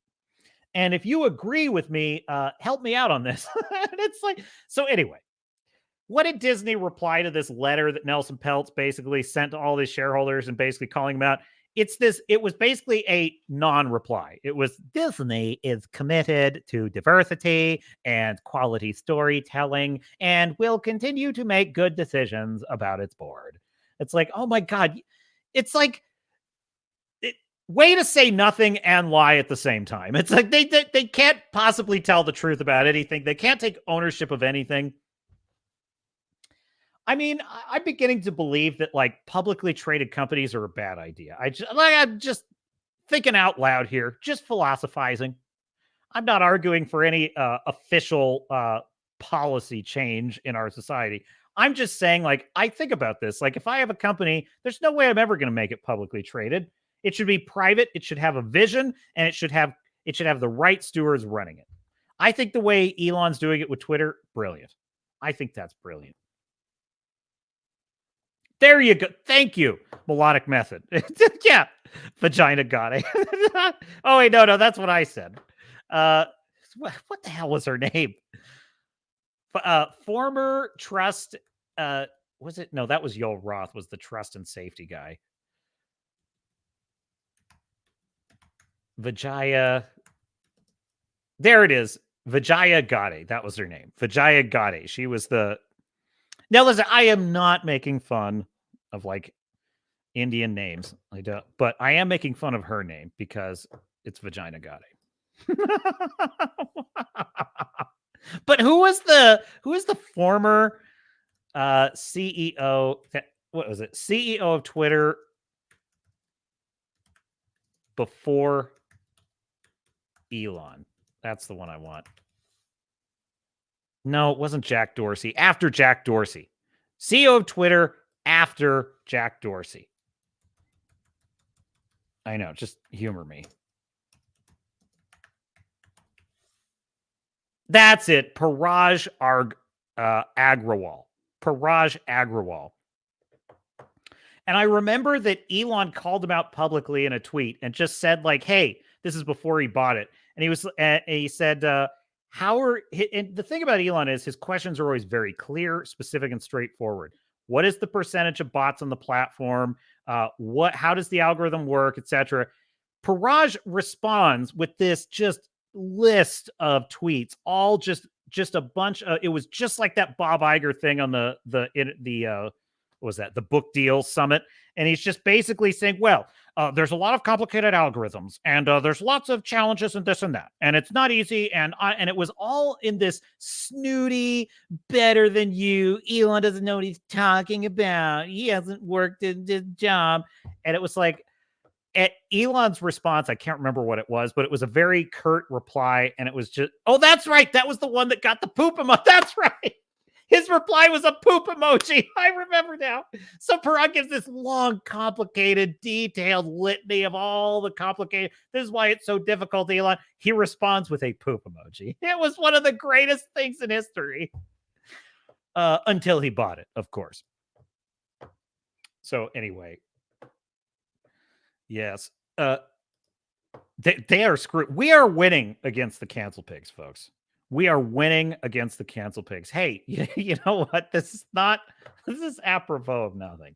Okay, there's no reason for me to show you this, but Count Dankula had this on a tweet a while back, and I just stumbled across it. And anyway, do I dare? Okay, here we go.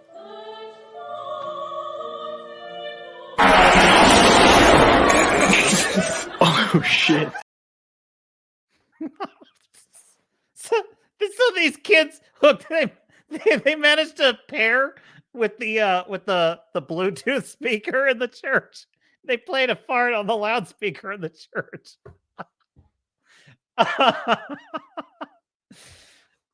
Yes. Why is that still funny? I don't know.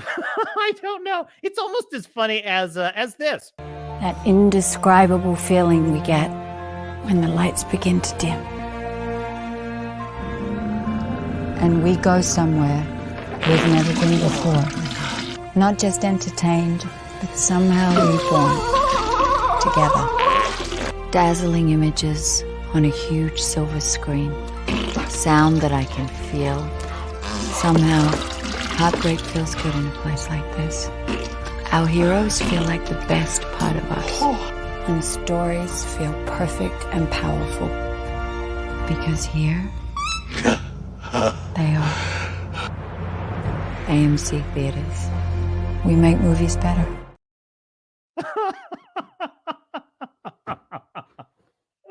Oh, Chris Gore had that on film thread. Dude, nothing paints a better picture of, like, my opinion of, like, what Hollywood thinks of itself and what the reality of what Hollywood is producing. Like, just... That's honestly, that's literally how I feel as a cinema goer when I'm watching trailers these days. I watch these trailers and it might as well be that scene from Dumb and Dumber. Like that stupid Argyle thing with Bryce Dallas Howard and the kitty cat. Oh my God. Melodic Method.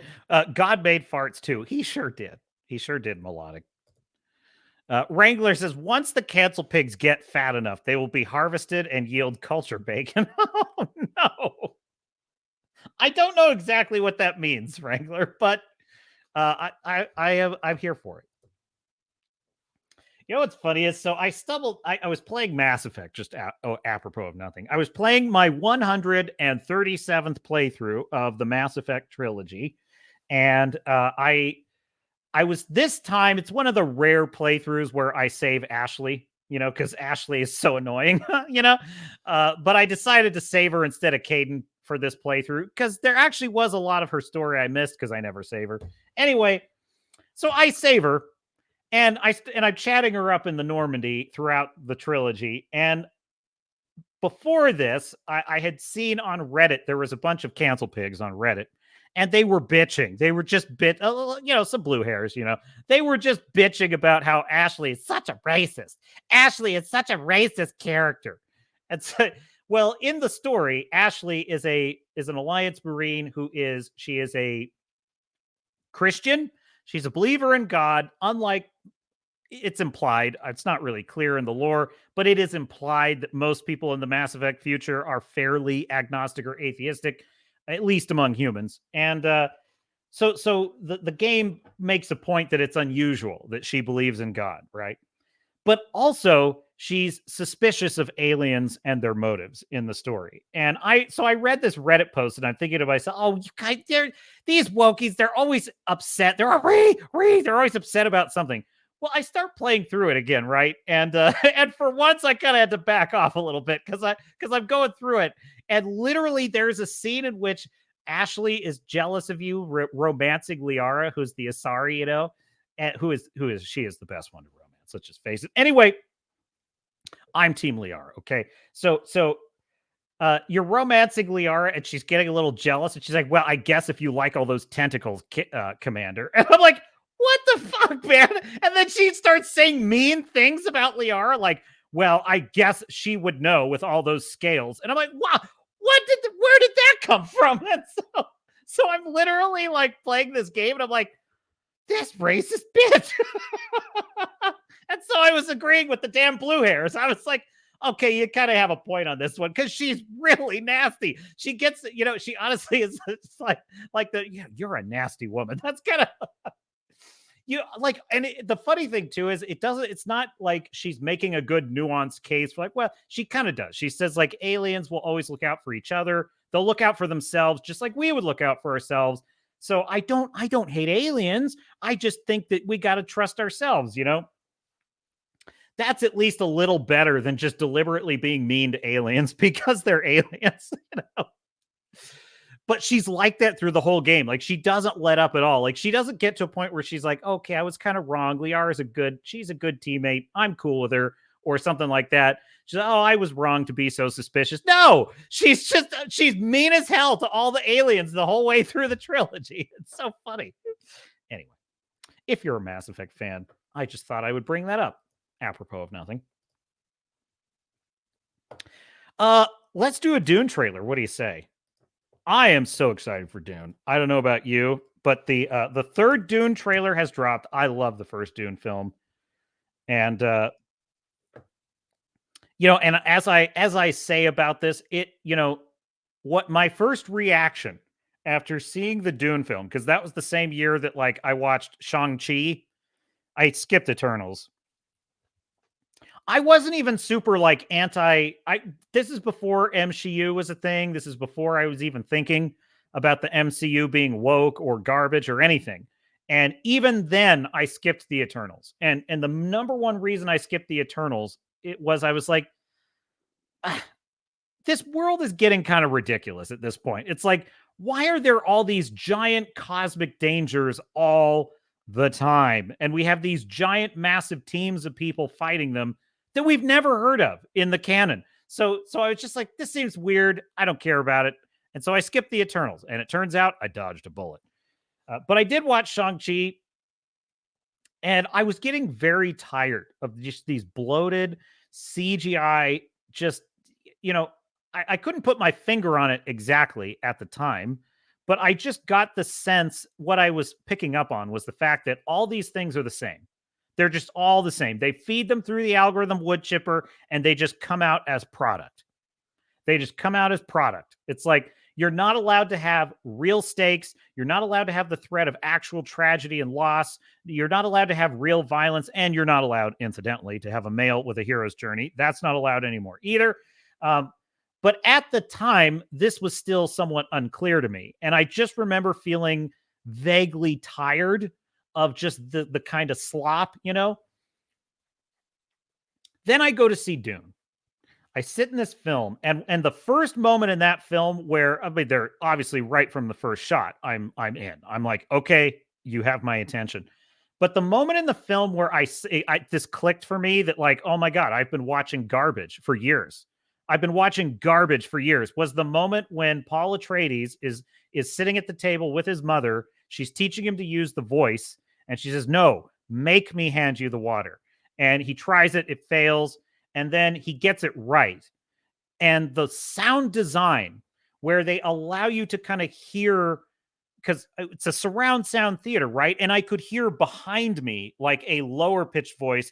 And to the side, I could hear kind of another voice. And then right in front of me, I hear his voice. It was freaking awesome. I was like, wow, what a great use of sound design to kind of give me the feeling of being mind controlled by this character. And I was like, oh, this is what filmmaking is. That's how you make a film. And so I come out of that movie and I'm like, oh, wow, it's been a long time since I've seen a film.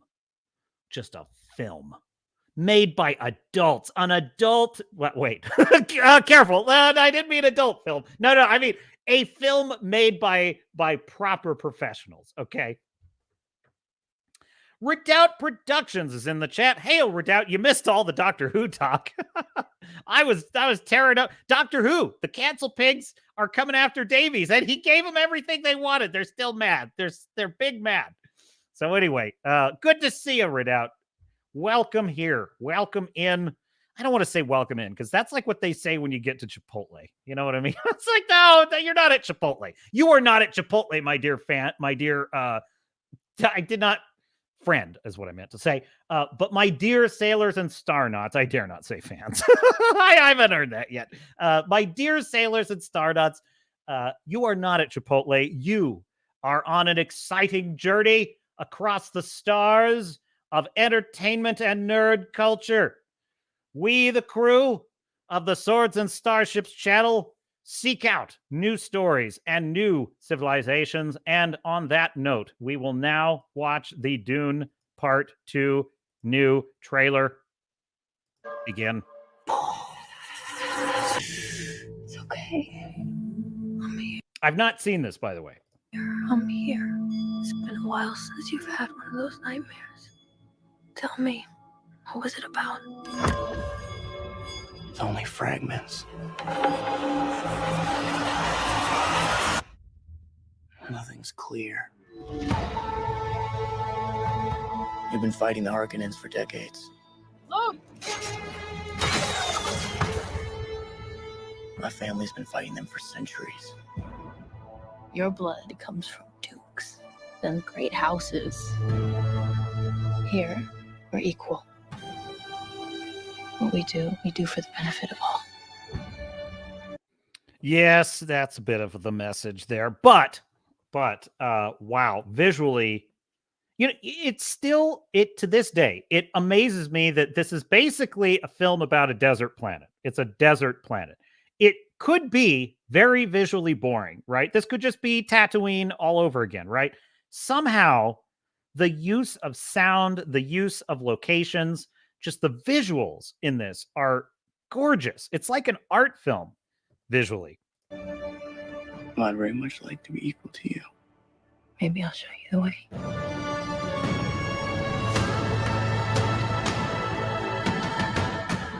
All I know is to be equal to her, he would have to not be male presenting. That's just my opinion. That's very difficult for a male presenting character to achieve. Deal with this prophet. Send assassins. Christopher Walken is in it.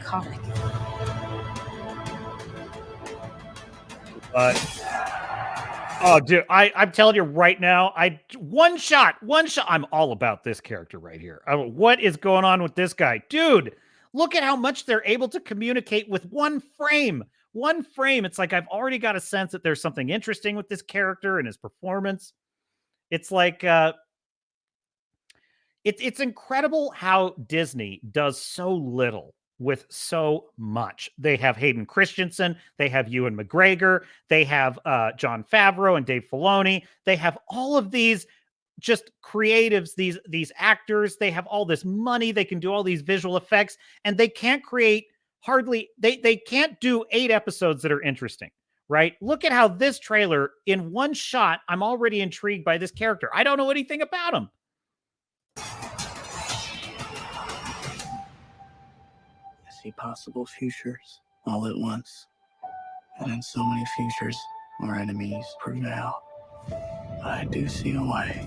There is a narrow way through.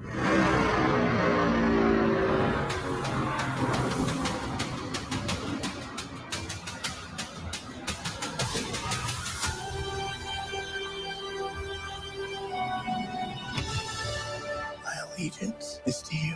Do you believe me? Damn, I'm getting a warning. I wish I didn't have to stop it because that is some magnificent music. That is just awesome.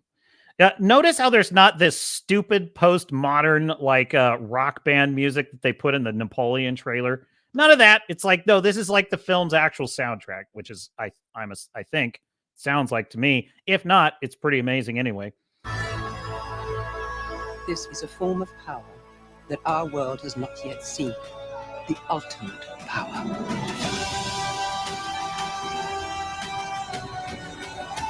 want you to know I will love you as long as I breathe. You will never lose me as long as... You know what's kind of amazing about this is like this is a story immediately hitting every right note. It's like epic scale, a young man trying to prove himself on this epic adventure, a struggle against tyranny and oppression, a love story. It's like it's almost as if those kinds of things still resonate with our consciousness and our soul. It's like it's amazing how Disney is like, oh well, she is not going to be falling in love with a man. That is not what this Snow White is going to be about. It's fuck off. Let's see. Has my warning cleared? Hopefully I don't get blocked. All right. See if we can get through the last little bit. You stay who you are. Consider what you're about to do, Paul Atreides. Silence!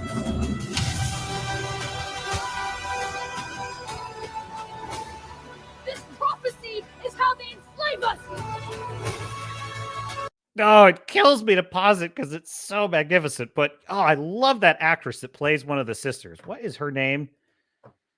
She was in Dexter. She played the mother of Dexter, the spiritual mother of Dexter, not actually his real mother. But anyway, she's a great actress. She plays she's kind of a great character actor. But in any case, let's see if we can. Have I been blocked? Not yet.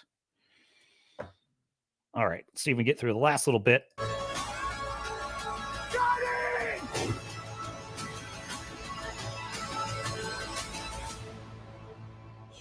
Prepared for what is to come.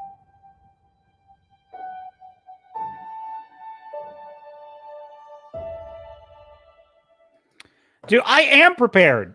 I am prepared. Like, please let this movie come out. I am prepared for this movie. I am prepared for this. I really am.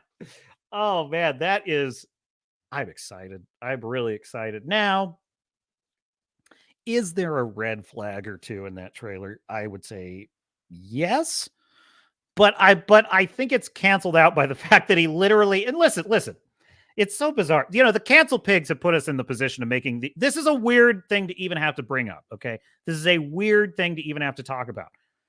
I wouldn't talk about this stuff if it weren't for the fact that the cancel pigs are always making an issue of this kind of thing. So because they are using this as a pretext to literally change established stories, we're placed in the position of having to defend ourselves, you know. So in a sense, rhetorical self-defense is why I bring this up. But in any case, the fact that he is saying, I want to become your equal now, red flag, that could be playing into the message, and it's going to be, he's going to basically be lectured to. It's his story, right? It's his story. Now, listen, if it's a film that is like, let's say it's Katniss Everdeen and it's the Hunger Games, I would expect that she is the one that is driving the story. She is the one that is, taking charge in certain parts of the film because that's her hero's journey.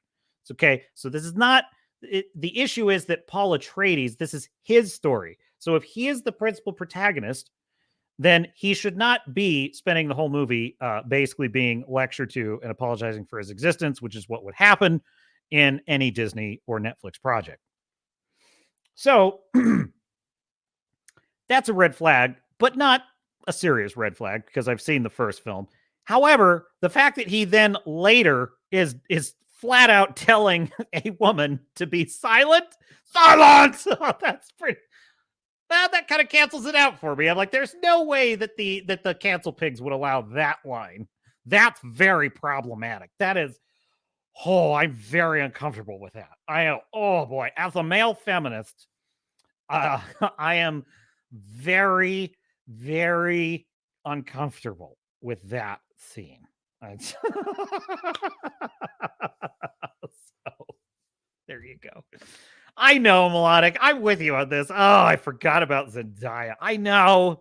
What is this? Why do people like, nothing against Zendaya? I'm sure she's fine. Whatever. Nothing personally against her. But why do people like her as an actor? I don't understand this. What's funny is I did not like her in the Tom Holland Spider-Man film. I did not like her as MJ, but that mostly had to do with the fact that she's kind of a mean-spirited social justice warrior in the first film. She is an absolute SJW. She's annoying. And frankly, she's a very trite character. She's a very, what's the word I'm looking for? Cliche. She's a very cliche character these days because they think that's counterculture. That's not counterculture. That's basically the same character as Scott Lang's daughter in Ant-Man and the Wasp: Quantumnausea, a SJW snooze fest. However, even though I didn't like her interpretation of that character, which mostly had to do with the writing, I think, I kind of warmed up to the character by the third film. Like the third film, No Way Home, she won me over. She won me over. Still, I don't understand what people see in her as an actor, right? She just doesn't have leading woman energy to me. She just doesn't. So she wasn't in a whole lot but to be fair, I also kind of have the same opinion of Timothy Chalamet. That's his name, right? Is it Timothy Chalamet?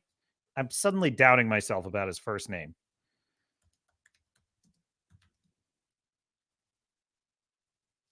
Timothy Chalamet. Okay, I had it right. Oh God, the Google image search on this guy is even worse. No, I like him even less now. So anyway, yeah, to be fair, I'm not a big fan of Timothy Chalamet either, but he does work as Paul Atreides. He seems to work as this character, but that has a lot to do with the fact that he's kind of earning it. He's kind of earning it in the story. So we'll see. We'll just have to put up with a little bit of Zendaya. Quick, call Kevin Bacon. I'll do that right. I meant to do cough button and I removed myself from the stream. Okay. So yeah, that's Dune Part 2. I'm pretty excited. I'm stoked on it. I had a whole bunch of trailers today. Do I dare? Do I dare play this next one? I don't know.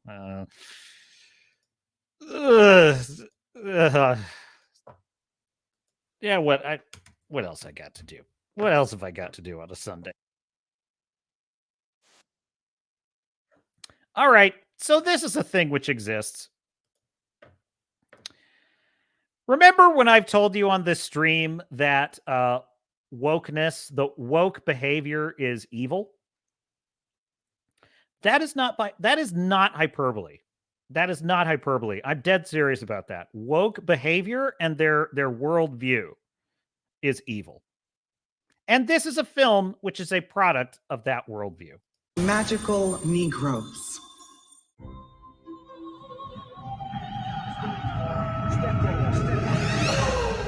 I know you can feel their discomfort, Aaron. Watching you walk through a room full of white people was the most painful thing I've ever seen. Excuse me. Sorry. I don't want to take you to a job interview. There's a recruiting class starting right now, and we got to get you in it. Welcome to the American Society of Magical Negroes. I don't really understand. It's easier to say. What's the most dangerous animal on the planet? Shark. White people, when they feel uncomfortable. The most dangerous animal on the planet. There is well, look what the cat drag did. Look what the cat drag did. We got Polo Surf in the chat. Where is that? Polo Surf is here. Well, hello there, Polo Surf. Good to see you. And a suitably nautical name, which I appreciate. I appreciate it. That's funny. I was just thinking the other day. I was like, Fu Man Blue, Star Fury, Tom, are basically like my very first viewers on this channel. And there was one, Polo Surf was it. And I was like, where's Polo Surf been? So anyway, good to see you. Good to see you, Polo Surf. This looks like satire, Cap. Well, okay. I absolutely hear what you're saying. I absolutely hear what you're saying because the argument is that this could actually be ironic. It could be sort of making fun of this way of thinking. I don't think it is, though. I don't, because the tone of this is it's actually satirizing. You know what it's satirizing? It is satirizing Black, in my opinion, it is satirizing Black people's feelings about having to please white people. Now, that is not inherently a bad idea for a film. The problem is, my reading of this is that it is saying that they are correct in this assessment, that white people are unhappy white people are the most dangerous animals in the wild. But you know what's so interesting about this? If I may speak from my own ancestry for a second here, my experience of this idea is that if I were in his shoes and I were surrounded by people who looked down on me because of my race, that would suck. And I would feel very bad about that. Interestingly enough, I sometimes feel uncomfortable. Oh, Jesus, I'm on the internet here. How do I phrase this so it's not I sometimes feel uncomfortable among people who are different from me or just because I don't know them and I'm afraid. And sometimes I think, well, they won't like me or they won't think well of me. You know what that's called? That's called humans. That's called humans. If you are suddenly in a place, I'm not even this is not racial. I'm saying like anywhere you go where you're kind of an outsider. That's what I mean. If you are in a situation where you're kind of the outsider, you're going to feel a little uncomfortable. So if you are in, let's say, like as a Californian, I'll never forget this. I'm a Californian originally. I was at a bar in Tennessee years ago. People in the bar are saying like, hey, where are you from? And I'm like, oh yeah, I'm from California. You should have seen, this is like 15 years ago. Okay. You should have seen the look on their face. It went from, oh yeah, where are you from? Oh, I'm from California. California. That's like, you could just, all the energy just went out of the room. They're like, well, you could kindly go the fuck back is what you could do. So, by the way, I don't blame them for feeling that way at all. So it's like, you're in an unfamiliar place or you're in an unfamiliar crowd. It's natural to feel uncomfortable. Now, I'm not saying that anyway, I'll just leave it there. So my reading of this is a film about overly sensitive people reading into their sensitivity toward what other people think of them as in a racial context. Everybody who is overly sensitive to what other people think are going to find reasons for rationalizing that feeling. The reality is every human being is susceptible to feeling this way. Every human being. So in any case, we might as well just roll tape. White people feeling uncomfortable precedes a lot of bad stuff for us. That's why we fight white discomfort every day. Because the happier they are, the safer we are. The name needs a little updating, maybe like magical black people, or I guess that doesn't have the same ring. You ready? Oh, wow. Your first client. You know what my prescription for this guy is? It's like, how about listening to some David Goggins? Navy SEAL, self-made man, black guy who takes no shit from anyone. Why don't you go listen to him? Because he could tell you a few things about how much you need to give a shit about what other people think of you. This is Jason Munn. His morale is far too low. Hey. Hey. Darn it. I was hoping there was a station right next to him. Oh, is this one spoken for? No. Yeah, it's actually fun and weirdly relaxing. It's like being a secret agent with none of the danger. Hey, I'm Lizzie. Nice to meet you. Nice to meet you. She's great. Yeah, she's cool. You kidding? And the rest of it is basically a rom-com. But that's about all I can stomach of this. Oh, shit. I forgot to change my view. But in any case, sorry about that. Captain is just discombobulated. Anyway. Why won't they let racism go away in our society? Like, why won't they let it die? It's like, you could never do a film like this the other way around. Like, and nor should you, by the way. I'm not saying you should be able to do that, or, well, able. I mean, in terms of what the culture will allow, is what I mean when I say able to. I'm not arguing for the reverse of this movie. I just think, like, why are you creating division where none exists? This is essentially wokeness to me. This is what wokeness is. This is looking around society for things that aren't broken and looking to create a problem where none exists.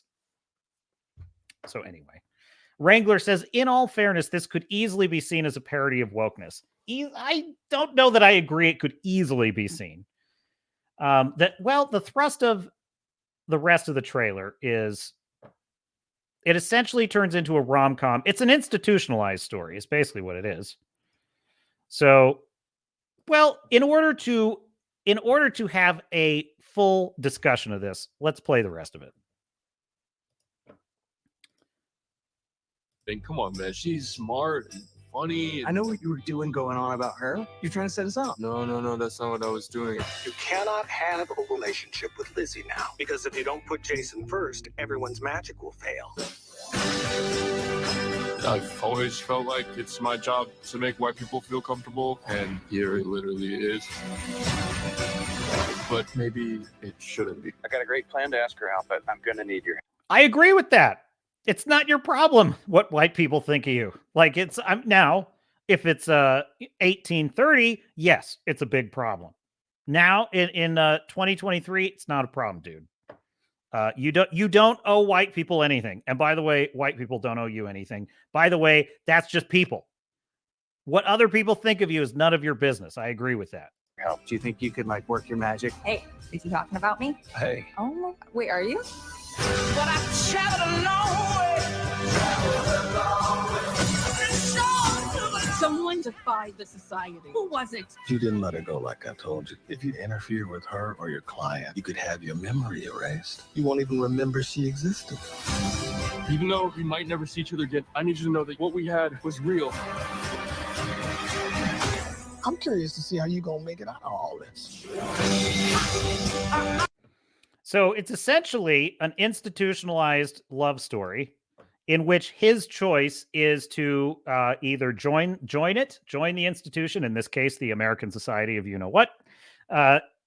He has a choice to join it, burn it down, or be sacrificed, basically die, right? That's usually the choice in an institutionalized. In this case, it's join it or burn it down. So he's going to burn it down. But what's interesting about it is, so this is why I would argue it's not a parody of wokeness, because it's like this close to being a criticism of wokeness. Because if he were to realize that, hey, this idea, that this whole premise that your organization is founded on is wrong and unnecessary, because this is in your mind, this is not really like, if that were what it was, I would agree with you. I'd say that's a pretty good criticism. But what he's saying is, no, you're right. You're right about the whole issue with white people. However, I mean, essentially, that's what he's saying. Let me just rewind it real quick. What was the line?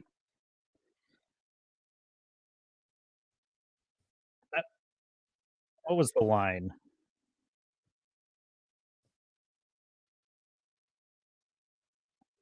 I've always thought, I've always felt like it's my job to make people feel comfortable. And here it literally is, but maybe it shouldn't be. I don't feel like that's rejecting the philosophy of the organization. I feel he's simply rejecting being a part of it. That's the way I read that. I read that as he's rejecting being a part of the institution and saying, I'm going to do it. I'm going to do this my way, as opposed to saying, I'm rejecting the philosophy of the organization. What you're doing is wrong, and therefore it should stop. So that's a fine line, and it's just a trailer, so I could be wrong. I could be wrong about that, but I'm just going to say there's a couple.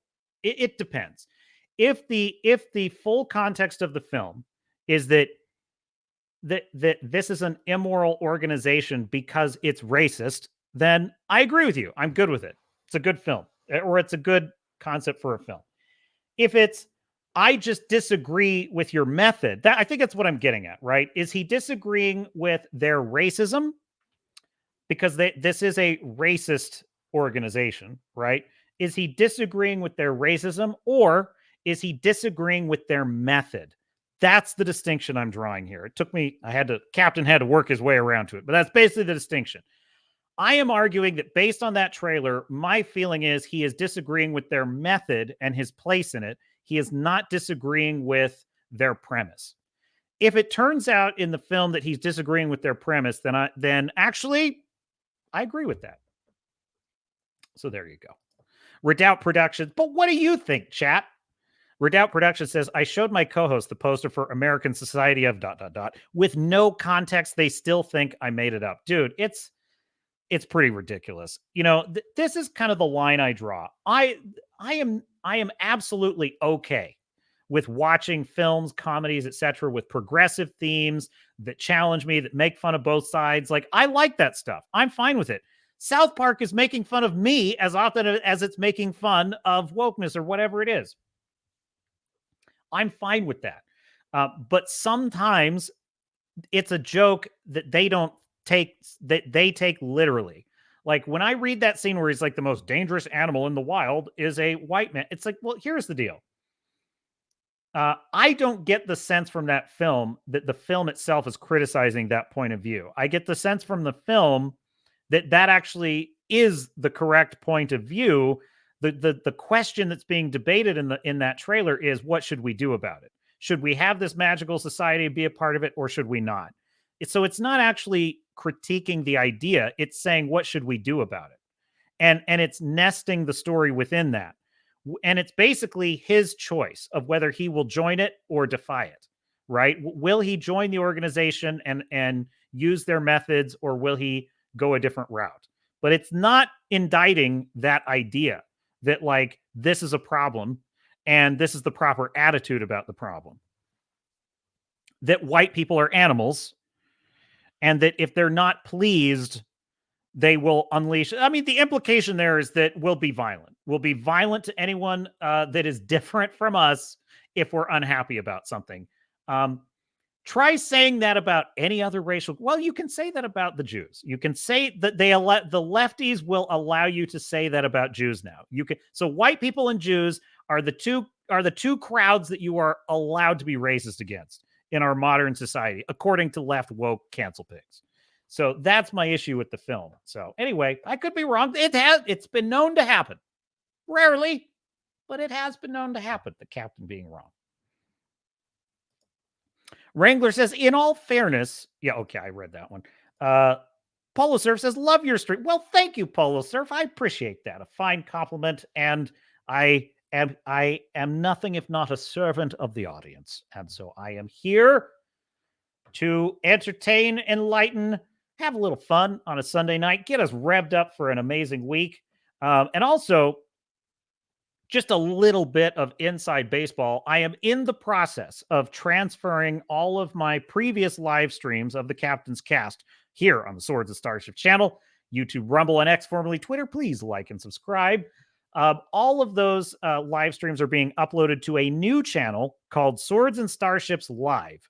So very soon, what I'm going to be doing is I will still have the live streams here on the flagship, Swords and Starships, but then I will take them off of this channel and put them on the live channel. And that is for algorithm purposes. And then what I'm going to do is have clips of the live streams throughout the week on the main channel. So we'll be doing kind of clips. So, and I will make sure to link to the full live stream and all the clips. So that's what we're working on. It's taking a long time to get all that content uploaded. I literally have to do it one at a time because it won't allow me to do it multiple at a time. I'm up to about like 20, I think. So this is 49, folks. We're going to have the 50th anniversary stream like next week. By the way, the next 2 times I talk to you are going to be holidays. The next time we meet, possibly, you may have better things to do. That's totally fair. But on Christmas Eve, I will be here. Sunday, Christmas Eve, and then Sunday, New Year's Eve. So I'm covering the eves. And I'm thinking about doing some Lord of the Rings retrospective. I don't know. I'm thinking of kicking around some ideas. If you have any suggestions, feel free to send them over. But I'll be hanging out here on my Christmas Eve stream. And there might even be some Christmas colors on the galaxy behind me. What else? What did I say? Did I say Poyo? Oh, Melodic Method is saying polo pronounced Poyo. Oh, you're right. Oh, I'm thinking of like water polo. Oh, shit. Have I been screwing that up all this time? I didn't even think about that. Yeah, Poyo surf. Like, I mean, I don't know what that means. Chicken surf. Poyo surf. Okay. I don't know why I've always seen that as just polo, as in like the sport of polo. And I think it's because surf made me think of water, which made me think of water polo. Polo surf. You let me know, Poyo surf. Is it Poyo or polo? I will do my best. I don't want to dead name you. Wrangler says any fish out of water scenario. I'm going with what I think Wrangler came up with. Poyo surf. Maybe I'm way behind in the chat, so I beg your indulgence and your forgiveness. We'll try to get through these quickly. I don't remember Focus Features distributing such blatant nonsense. By the way, I am totally fine with movies like this existing. You want to make some kind of anti-white racist screed? I'm fine with it. Go make it. Make that movie. I am fine with my ideas being challenged in the public square. I only object to cancel pigs. The only people's ideas I object to are cancel pigs.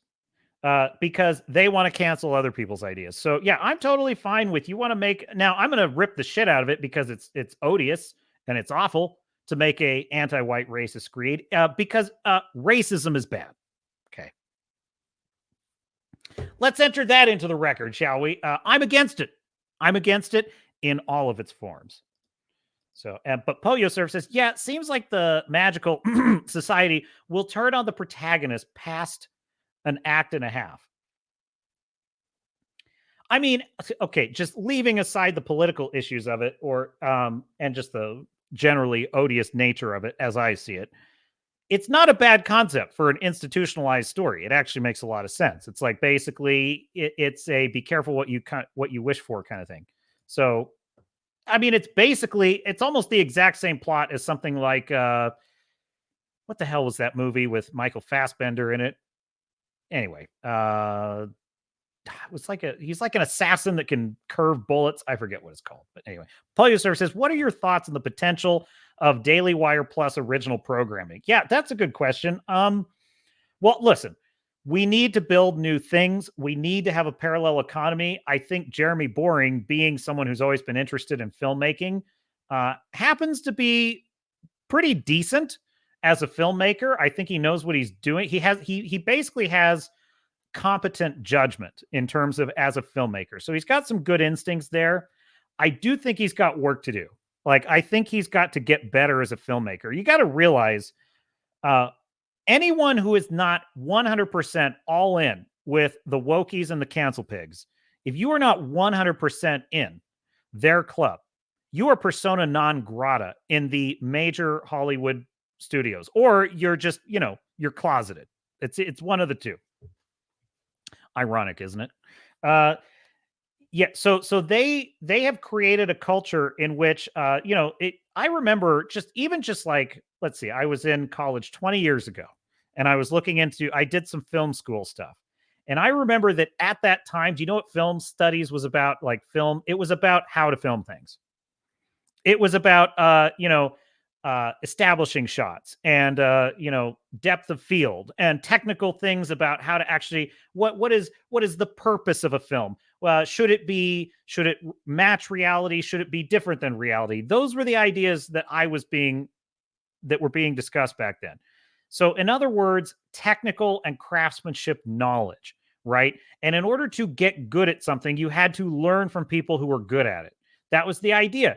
What the wokies have done, especially at Disney, is they have driven out everyone that has technical and creative competency. So we have the Iron Age, people like, I would argue, Jeremy Boring, Eric July. We're people that have been cut out of the main industry. Those of us that maybe did not have the benefit of great mentors, right, to like go up through those normal ranks, now have to figure it out on our own. And so there will be some growing pains. And I've been very candid. I am 100% all in on the Rippaverse and Eric July. I love what he's doing. He's built an amazing lore so far. As a writer, he's decent. He's competent. He's got work to do. He's got to level up his game, right? In a sane world, he would have had, as part of the industry, he would have had a lot of mentorship as he was working on it, and he would have learned a lot of lessons early and gotten good at it, I think. But in his case, he's had to do it all on his own because someone like Eric July he's not allowed in their club. By the way, I'm not complaining. Neither is he. We're fine with that. It's just the reality. Now, I do suspect now that he's working with some really amazing talents, he's bringing in all these great talents. I mean, I think he's going to level up like you can't believe very quickly. He already is as a businessman and as a creative. So my point is, on Daily Wire, there's going to be growing pains. Like Lady Ballers was, what I'm hearing is it was a decent comedy, but it wasn't like one of their best. But they'll get there. I think the biggest problem that Daily Wire has, I really agree with Chris Gore on this. I think that it's that damn Daily Wire Plus paywall. I just think that is such a barrier to entry for anyone that's not already on their side. And I think that if they had VOD licensing, that would be much better. If they could sometimes get a limited now, Jeremy Boring did say that none of the theaters would work with them, so that's fair. But like even just being able to license it as a video on demand somehow, I think would be beneficial because people need to see these films in order to kind of expand the cultural footprint. However, that's why we're here. We're here on YouTube. We're doing it anyway. We're carrying the torch. So there you go. Wrangler says, do you know what this movie means? It means the establishment is running out of propaganda. I think maybe. I don't think so. There's no end of propaganda. I was just thinking like someone was making the point. Was it Jeremy at the Quartering? I forget. Someone was saying like, man, the villains of World War II would have loved the technological capabilities that we have now to lie and to censor and to find out, like dox people, and that ability. Oh man. Joseph Goebbels would have loved having that ability to like find, dox libs of TikTok and stuff like that. But and I agree with him on that point. However, I do think that like Goebbels would have hated the kind of independent YouTube creator community. That would have been his enemy number one. And he would have been all about deplatforming. And so that just to me is like, oh yeah, that tracks perfectly. It's like the wokies are the cancel pigs are exactly in alignment with what the World War II villainous party, the Yahtzees, they are in perfect alignment with what the Yahtzees would have wanted to do with YouTube, which is deplatform anyone. I've said this, deplatforming and shadow banning is modern book burning. It's modern book burning because, it's amazing to me that the same drooling wokey cancel pigs are punch a Yahtzee. That's that crowd because they think book burning is bad, but censoring tweets and deplatforming is good. Do you not understand that, like, in the time of the 40s, like, that's why you burned books, because that was the platform. Books were the platform back then. Journalism, basically radio broadcast, newspapers, and books. Those were the platforms for getting out a message that went counter to the state. That's why they burned them. That's why they took them over. So anyway, there's no limit. Anyway, I just a thought I had. Poyo Sir says, looks like if you dropped a Blu-ray copy of Beale Street Could Talk and it got squished by a steamroller. Can you still see these chats? Still on Rumble? Yes, I've got Rumble up. I got Rumble. Who did the captain? Speaking of Rumble, on Rumble, Wrangler says, who did the captain appease? Sacrifice to appease the dark ones of YouTube. Well, yeah, it involved much livestock and it cost me a lot. No, I'm just kidding. I don't know. I got away with playing a couple trailers. Maybe that's what you're talking about. The captain has upset the dark ones. Uh-oh, did I get blocked? Okay, I got blocked. Okay, I'm catching up on the chat. All right. Okay, the captain has officially caught up, so I got blocked. Damn it. I thought I could get away with it. Okay, Readout Production says, Royce is doing a re-upload channel. Now the captain, I'm sensing I should start doing the same. So here's the deal, Readout. And I've learned this from other YouTubers who explain this. You know, I take notes. I literally, when I hear a YouTuber explaining how something works that I follow, I'm like, okay, make a note of that. And like one of the things I'm hearing, especially currently, is what the algorithm wants. If you'll pardon a little inside baseball, what the algorithm wants is it wants watch hours. Let's see. So like the total amount of hours of content versus the amount of hours watched, right? YouTube, the more hours watched compared to the hours available, the better you do in the algorithm. The problem with live streams is, even though, you know, I've got people watching it, the average viewer is only going to watch a few minutes, you know, but there's like 4 hours of content. So if I've got 4 hours of content and my average watch time is like 5 minutes, that kills me in the algorithm because it's telling YouTube nobody's watching this guy. However, if I've got a 5-minute video and most of my viewers watch at least half or most of it, then that's telling the algorithm, okay, people are watching this guy. So that's the issue, right? So you just don't want to have the recordings of super long content unless you're Mahler the long man. That's the only one who can get away with it. If you have long content that's just sitting there, it's killing you in the algorithm because the average watch time is super low on that. So that's why. The Critical Drinker does it. You know, he has his after hours channel and then he has his main channel. So that's what I'm going with. So yes, I would say if you're doing live streams, I think the way to do it is have the live stream on the main channel and then put the recording on the other channel, which is how I'm going to do it. Hopefully I wasn't blocked for too long because I hate that. I hate that when a stream just cuts out. What else we got?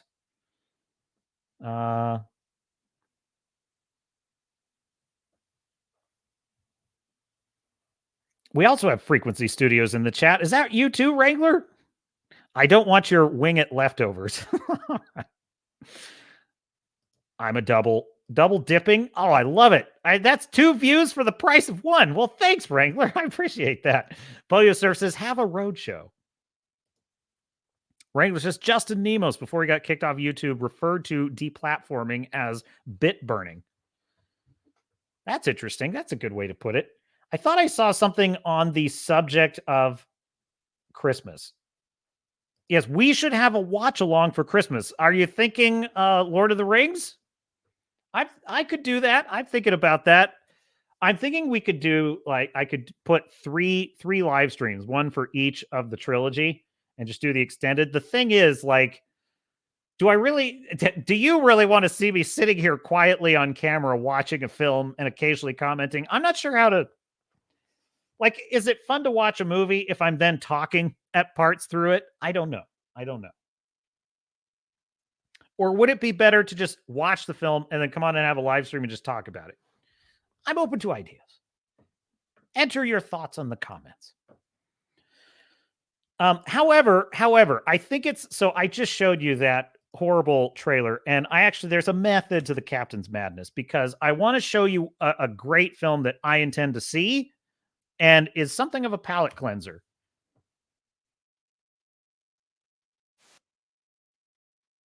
And I'm going to be super careful, because I'm definitely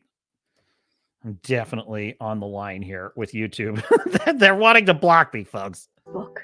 What really struck me was that too few books were about my people. Where are our stories? Where's our representation? Would you give us the pleasure of reading an excerpt? Yo, Sharonda, girl, you be pregnant again? If I is, Ray Ray's gonna be a real father this time around.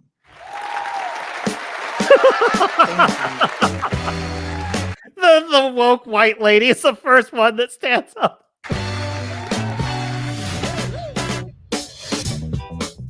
Monk, your books are good, but they're not popular. Editors, they want a black book. They have a black book. I'm black, and it's my book. You know what I mean. Look at what they publish. Look at what they expect us to write. I just want to rub their noses in it. All right, let me check, make sure I'm not getting a warning. Okay, cool. I be standing outside in the night. Deadbeat dads, rappers, crack. You said you wanted black stuff. That's black, right? I see what you're doing. We sold your book. No. We believe Mr. Lee has written a bestseller. It's a joke. The most lucrative joke you've ever told. Now it's So this is a brilliant concept. It's like, so he is sick of what he's pissed about is the only way that I'm going to get like acclaim or approval or any publisher is going to be interested in me is if it's stereotypical black stuff. In other words, what essentially is the stereotype of what the black experience is in America. This is brilliant because listen, I'm telling you right now, I'm just saying, if I were by accident of birth born as a black person, I would be with this guy. This is how I would feel about this stuff. This is exactly how I would feel about it. Who cares? I wrote a book. It's like, this is my book. You know, there it is. It's got to be the black experience. Dude, I would hate it. I would hate it having to live under this tyranny of culture. So I really love this character. I always forget this guy. He's such a great actor. IMDb. Let me grab this real quick. It's so funny too, because when the trailer starts out, I had the same feeling as with the other trailer. Oh, geez, is this another Jeffrey Wright? That's his name. Okay, Jeffrey Wright. He's a great actor to play this part as well. But I love how he winds up getting this bestseller and he wrote it as a joke. And you know what it reminds me of? It reminds me of the Bechdel test, because that's what the Bechdel test was. It was basically a feminist joke about, oh, we should make sure we have minimum this many women in it. And they take it literally. They take it literally. Tag a pseudonym? Yeah, Mr. Lee can't use his real name. Is this based on your actual life? Yeah, you think some bitch-ass college boy can come up with that shit? No, I don't. That's so great. She's like, oh no, please don't get mad at me. Dude, you know, this is so funny too, because it's like that other film is saying like the most dangerous animal in the wild is a white person that's unhappy. It's like, well, dude, like literally everyone in our society right now, everyone is walking on eggshells so as not to offend people of color or women or transmissions or any, like literally people are walking on eggshells for LGBT people who, you know, we have come a long way from the days when, you know, a gay kid was chained to a fence and left for dead. And now all of society, but which is a good thing. Believe me, I'm not saying that's not I'm saying, listen, they say that they're oppressed, but literally all of society is walking on eggshells. So it's like, you know what? I'm just going to unlist this straight. I have completely screwed the pooch on this stream, but whatever. It is as it is. Can I ask what you were in for? Was it murder? You said that, not me. They ran 300,000 copies. Your books changed people's lives. They're offering $4 million for the movie rights. Yes! The dumber I behave, the richer I get. This is an amazing satire and takedown of woke culture. This has gone too far. Stag Arley is still on the run from authorities. You haven't done anything. It's not like they can arrest you. Wish I could go back to not selling books. Is it bad to cater to people's tastes? People want to love you, Monk. You should let them love all of you. There's already so much buzz because of the movie deal. Michael B. Jordan is circling. We want to put him on the cover.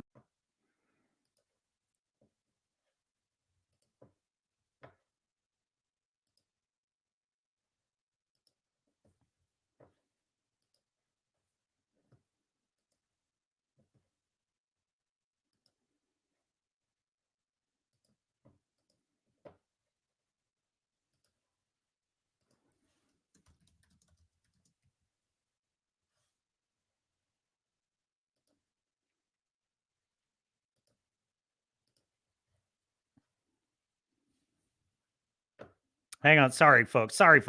For those on Rumble who can still see me, I'm getting blocked. I'm trying to fix it. All right. Well, come on, YouTube. Am I back? Let me know if I'm back on YouTube. Dude, seriously. Oh, this is so ridiculous.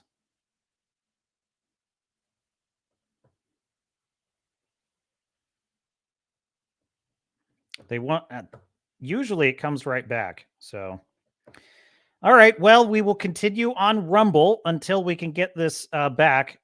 I have run afoul of the YouTube gods. I have jumped the shark. I basically. Uh-oh, that's not good.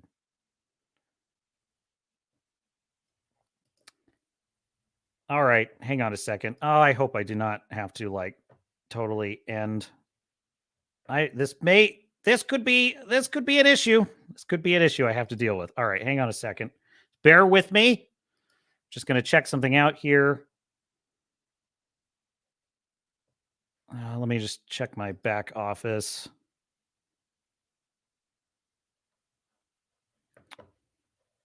Let's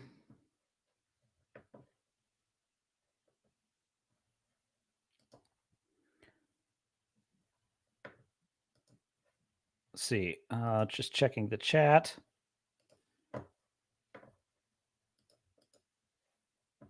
Still not back? Okay, cool. I think I'm back. All right, cool. Jeez. They really punished me for that one. Oh, man. No. So I think I'm back on YouTube now. There we are. Okay, cool. My apologies, my dear audience. I was on the line. I knew it. I was fucking around and I found out. So there you go. No. So don't freak out. Basically, what it is if they just catch that you're playing a trailer and they just start to auto suspend. And I kept checking. I was like, okay, making sure. Okay. The problem is there's a lag. There's a lag in the back office because I'll be watching it and then I'll go look at my back office and I'll see the green light. Everything's good. But there's a lag and then the second I click off, it's like, bam, there it is. You're on a warning. So I just let it run too long. So no more trailers today. We got the good one in anyway, which was Dune 2. So I'm happy. But dude, Wrangler, you stopped my heart for a second there because he's suspended. Oh, jeez. Yeah, I got it. Look, I'm doing my best here. I have not tried to piss off YouTube. I really am not. But you know how it is. We live in the world we live in. So in any case, I think that's a really good comparison, though. Those two films, The American Society of Magical and American Fiction, right? The two examples of films that you can look at as satire, but one I think is in my view, kind of contains a pretty odious message. And the other one, I think, is pretty hilarious. So maybe it just depends on which side that you stand on. But in any case, what should we do next? I know someone who won't block us. How about some Grizzy shills? We could do Grizzy shills. I thought I had something else loaded up too. That's what it said on you. I think it meant the stream was suspended, not like the account. I was thinking the account. Oh no. So no, good news on that. But in any case, yeah, let's share this one. Now, I have no idea. I have no idea why this is the case. I don't know if like the shills have resurfaced or if this is Grizzy kind of just doing a walk down memory lane. But Grizzy he does a video of these shills replying, defending the show Obi-Wan Kenobi. So hat tip Grizzy 1989. The link is in the description. Please give him a like and a follow. He's growing fast, folks, and for good reason. For good reason. Outlets that seem to be listing all of the mistakes the show made or the inconsistencies that it has brought to A New Hope, and I don't really see it. I don't.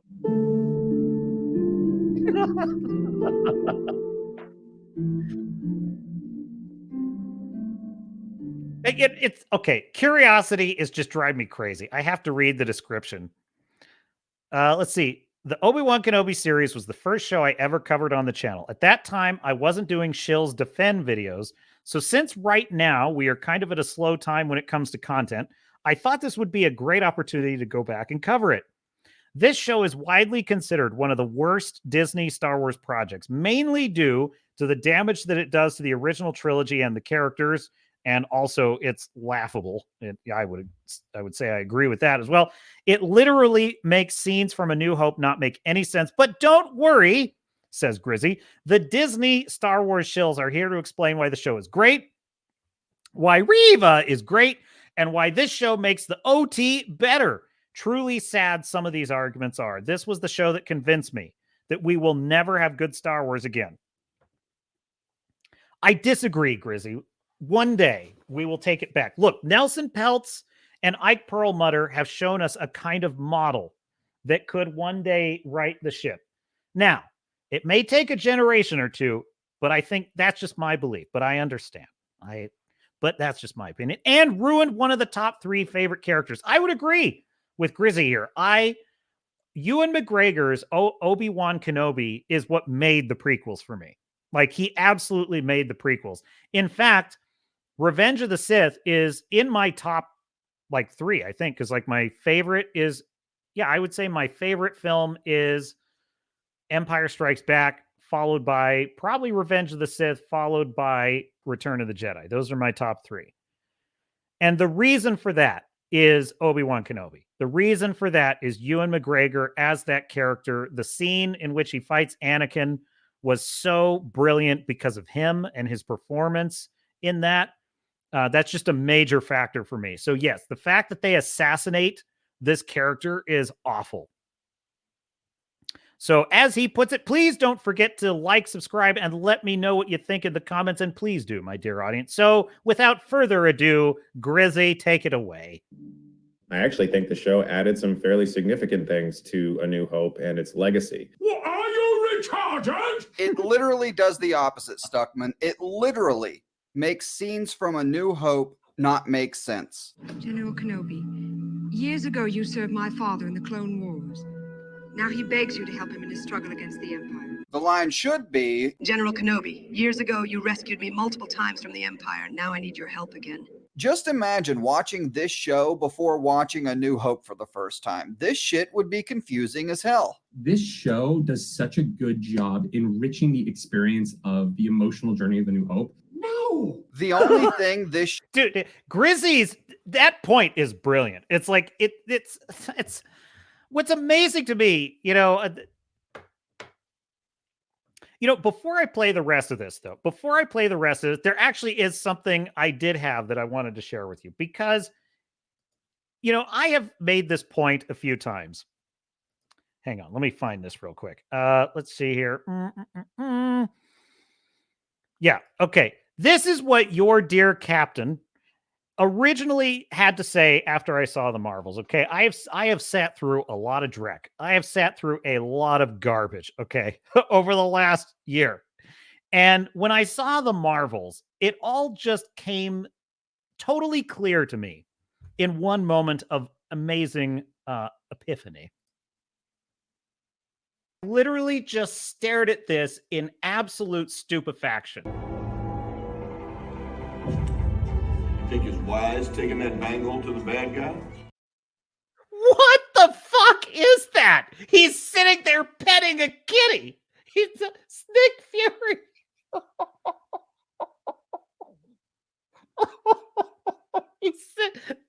Nick Fury, the spy master who assembled the Avengers, played by Samuel L. Jackson, the man whose middle name is motherfucker. Okay, he is now petting a kitty while he delivers exposition to one of the title characters. What is this?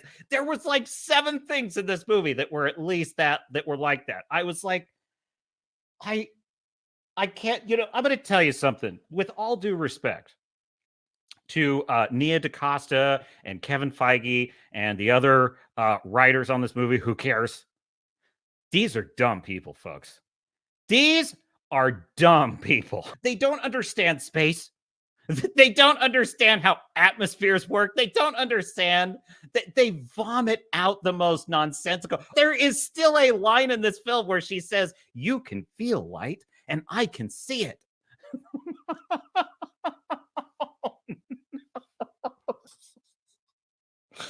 The inmates are running the asylum, folks. That's the only way I can describe it. The inmates are painting the walls with feces. That is what this movie is.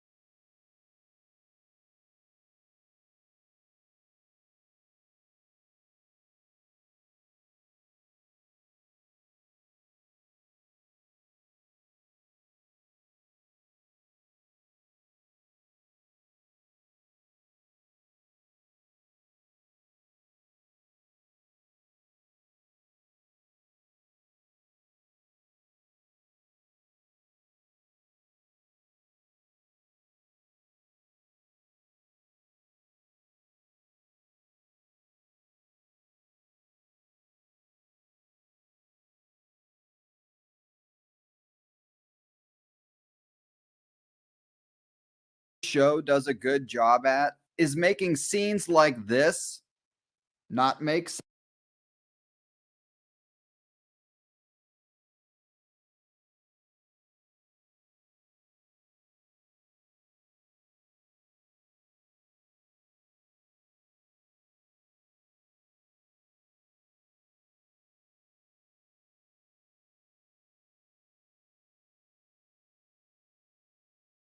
sense. Can't believe he's gone. According to this series, Leia knew Obi-Wan better than Luke did. So why is her only reaction to Obi-Wan's death? There wasn't anything you could have done. That doesn't make sense. This is why myself and others say that Disney Star Wars is not Star Wars. Shouldn't she be just as upset or even more upset than Luke is? Oh, wait, I forgot. The Force is female, strong woman, Disney Star Wars. How stupid of me. Disney has shown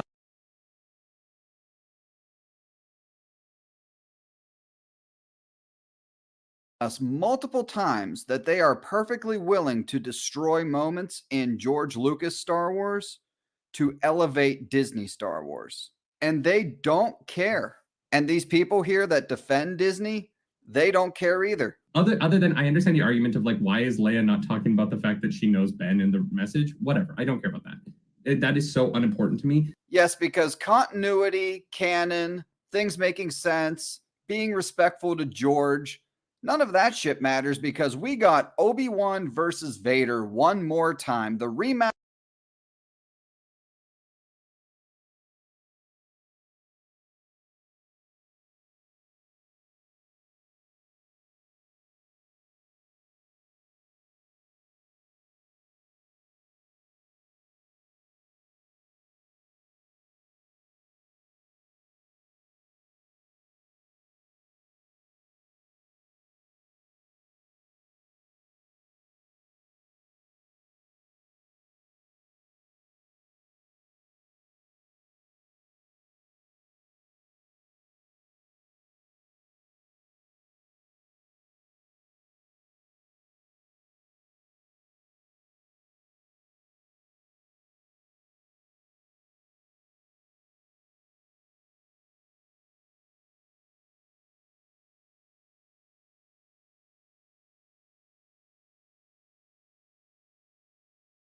of the century, right?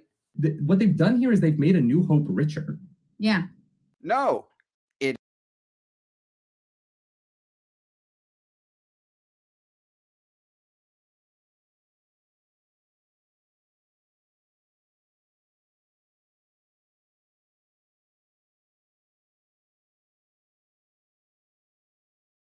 idiots, they did the exact opposite. And let me pose this question to you. How long until Disney has to go back and fix, or dare I say, remake the original trilogy in order to make it make sense with the Disney canon? Because you know that day is coming. Stay tuned. The day of reckoning will come. And what a sad day that will be. Moving on.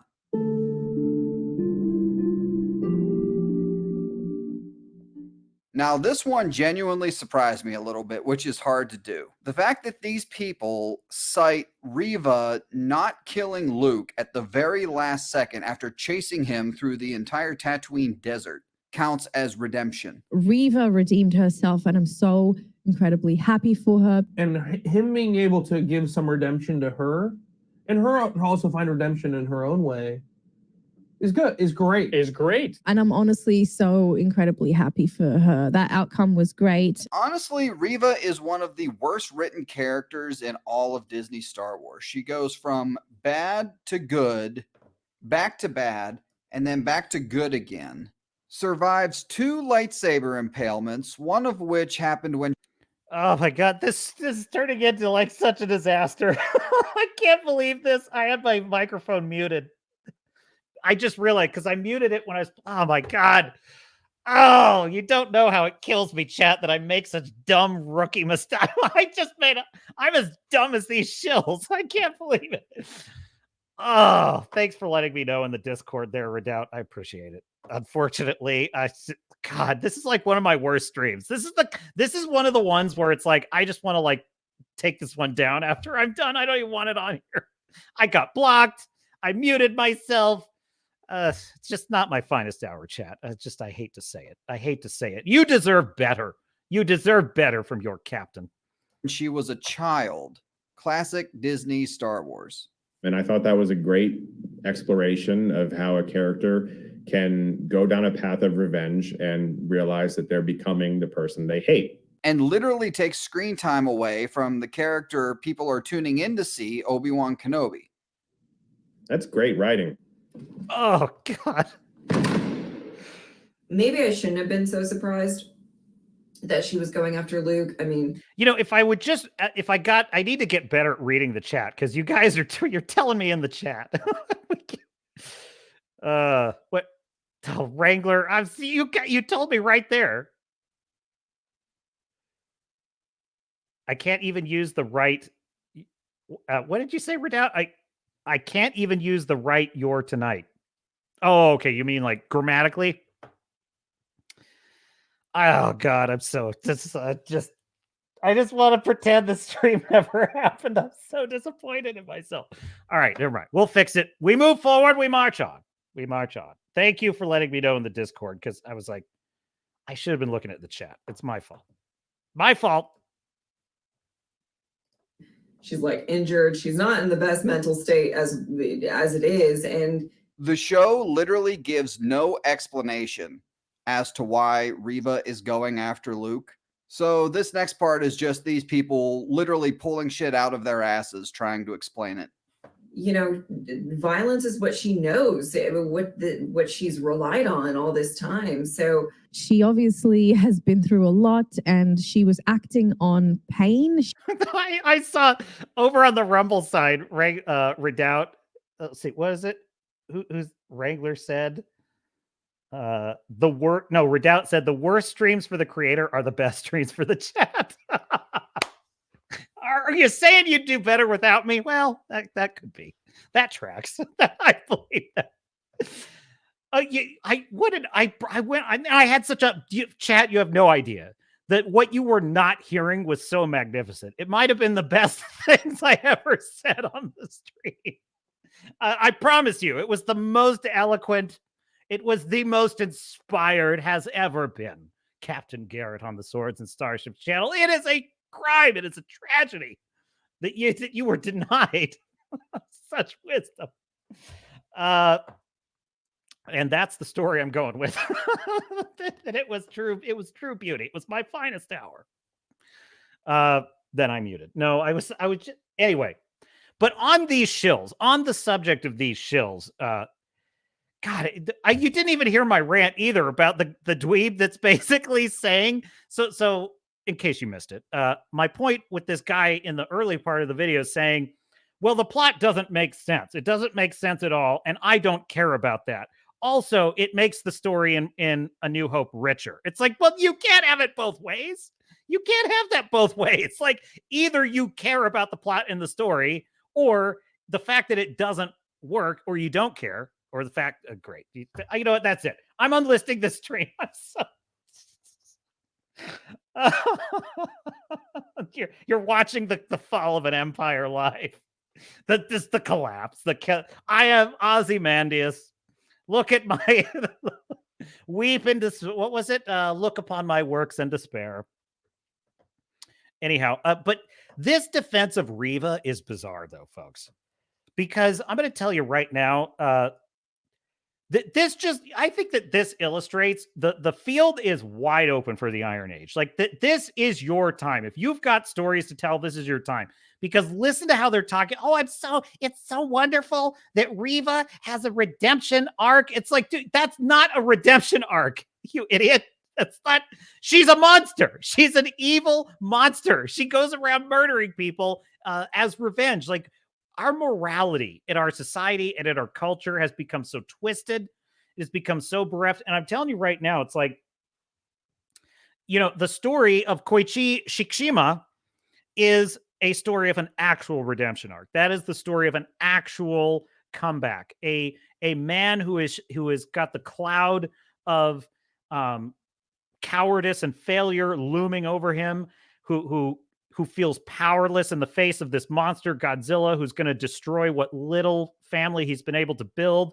And it's such a great story. He's tormented by nightmares, and he has to go on a journey to overcome that. It's just so magnificent. And it's like, they need to watch more movies like that. Godzilla -1 is more like an actual Star Wars story than anything I've seen in Disney Star Wars. Godzilla -1 is it is worthy of Star Wars A New Hope in terms of what a beautiful story it is. I frankly think I might even like it a little better, just to be quite honest. It's just so magnificent. So this is my point, right? The fact that we're at this stage where they have so low, their standards are so low, folks. The field is wide open. Get writing, get creating. If that's something you want to do, like, this is the time. She was acting on hurt and trauma. Also, somebody who's not thinking 100% clearly. No shit, Sherlock. So remember when I said earlier that Reva takes time away from Obi-Wan Kenobi, whose name is in the title of this show? Now wait till you fucking hear this. I wanted to mention the Reva's fight because I feel like that was such a strong moment, and it was overshadowed by the insane fight that Kenobi was having with Vader. So your only problem with Obi-Wan versus Vader is that it takes screen time away from Reva. That is like the radical man-hating feminist take. Please consider. Oh my God. No.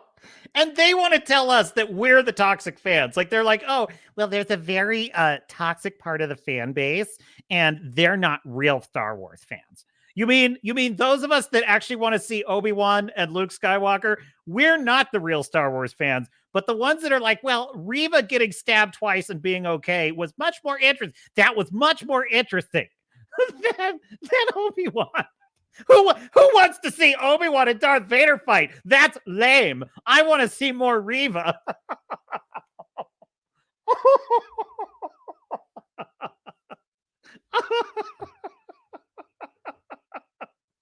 Oh my God. And Disney, you want to know why Star Wars and Marvel and Lucasfilm, just all of it is just burning in flames? You want to know why it's in flames, Disney? Because that's your fan base, you morons. You're welcome. You can have them. Consider that like button a middle finger to this bitch and smash the shit out of it for me. And please subscribe if you haven't already. Yes, Chrissy. Yeah. I don't get it. I don't get the hate. You guys were making this out like this is the worst thing I was ever going to watch in my life. It is. It truly. Listen. To be fair to you, madam, okay, I imagine your usual fare is like a Hallmark movie about, a down on her luck city girl who is in an uptight marketing department, and she meets a very hometown guy who is all wrong for her, but yet still they seem to be spending a lot of time together. It's like assembling Santa's workshop. And how do I know so much about Hallmark movies? Well, I've studied them for science. Anyway, this is the crowd that's like that probably is just totally fine with Hallmark movies, is going to give us lessons on what is and is not the best Star Wars they've ever seen. Okay. Really is, in terms of the damage done to the original trilogy. Look, if you like Hallmark movies and stuff like that, fine. No, nothing against you. Just stay in your lane, okay? Stay in your lane. And the damage done to these legacy characters, it is one of the worst things Disney Star Wars has ever done. People are genuinely. Here's a question. Is Obi-Wan the worst thing Disney Star Wars has ever done? Is it? Because I personally have not seen it, but I watched all of the reviews in great detail. So honestly, I probably know more about it than these shills do. I watched like the Mauler takedown of Obi-Wan, so I know every excruciating detail. A freaking IKEA chair. Hat tip Chris Gore. But is it the worst? Okay, so we've had Ahsoka. We've had 3 seasons of The Mandalorian and Bo-Katan. We've had the last... okay. I would probably say The Last Jedi is the worst thing they ever made because of the implications of it, the impact. Yeah, I would say that. I think The Last Jedi is the worst thing they ever made. That is the worst. I've already gone through this list now that I think about it. But let's put aside the sequel trilogy for just a second. Let's exclude the sequel trilogy and just say of what's left, what is the worst? Not allowed to just probably Obi-Wan is the worst thing, because Mandalorian season 3 was ridiculous. It was a clown show, but it was at least kind of amusing. It was kind of amusing to see just the insanity of the pterodactyl, Yes, Redoubt. Yes, for science, of course. I have family members that enjoy the Hallmark Channel, and I restrain myself. I restrain myself. I'm like, no, don't download on them the captain's opinions on Hallmark movies. Let them enjoy their movie. But then sometimes I just can't help myself, which is why I come here. I come here to YouTube. She blinded me with science. What was that? Someone said something in the chat. Oh yes, there it is. Wrangler says, and that night, the captain waxed ethereal with the most eloquent of speech behind his muted mic. That's exactly what happened, Wrangler. It's exactly what happened. Oh my God, I'm just so... well, live and learn. They say that on your 70th stream, you really hit your stride. They say that's when the show really finds its voice. I will say this. I'm re-uploading all my old streams to the new live channel. And so I watched, just for the heck of it, I watched a couple minutes of that first stream. And I'm like, dude, what a difference 49 episodes makes. Because I watched the first couple minutes. Literally, this is how my first ever stream started. This is how it started.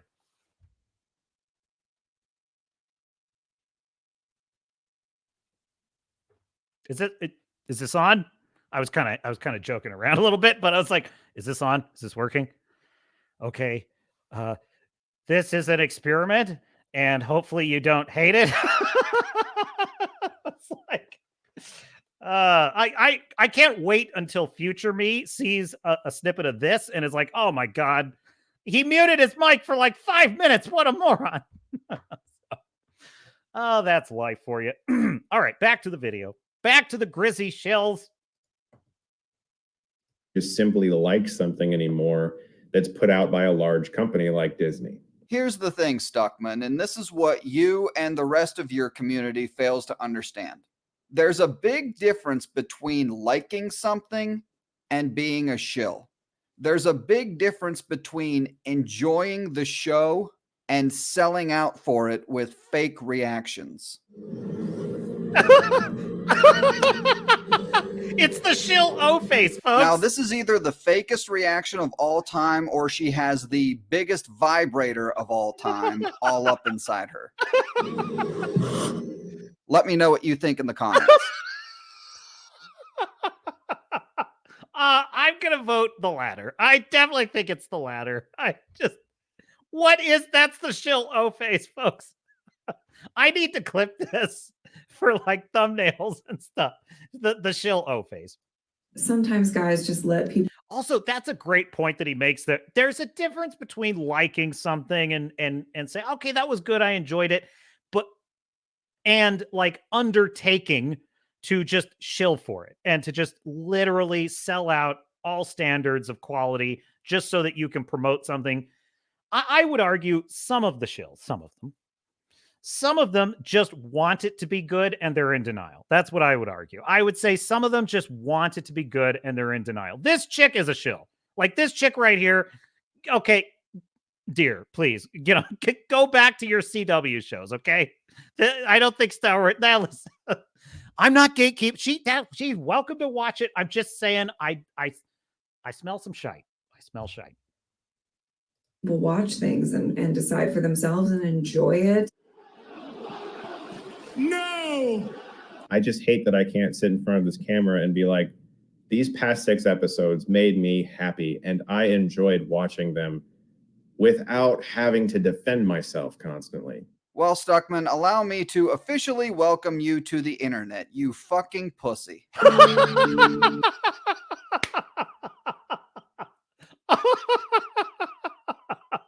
Oh, Kata's emotional damage. Catastrophic impact. That was great. Bravo, Grizzy. Come on. You've got a ways to go. I needed that. Oh my god, what the hell? Needed that. What is that? If you know me, you know that Qui-Gon is one of my favorite characters.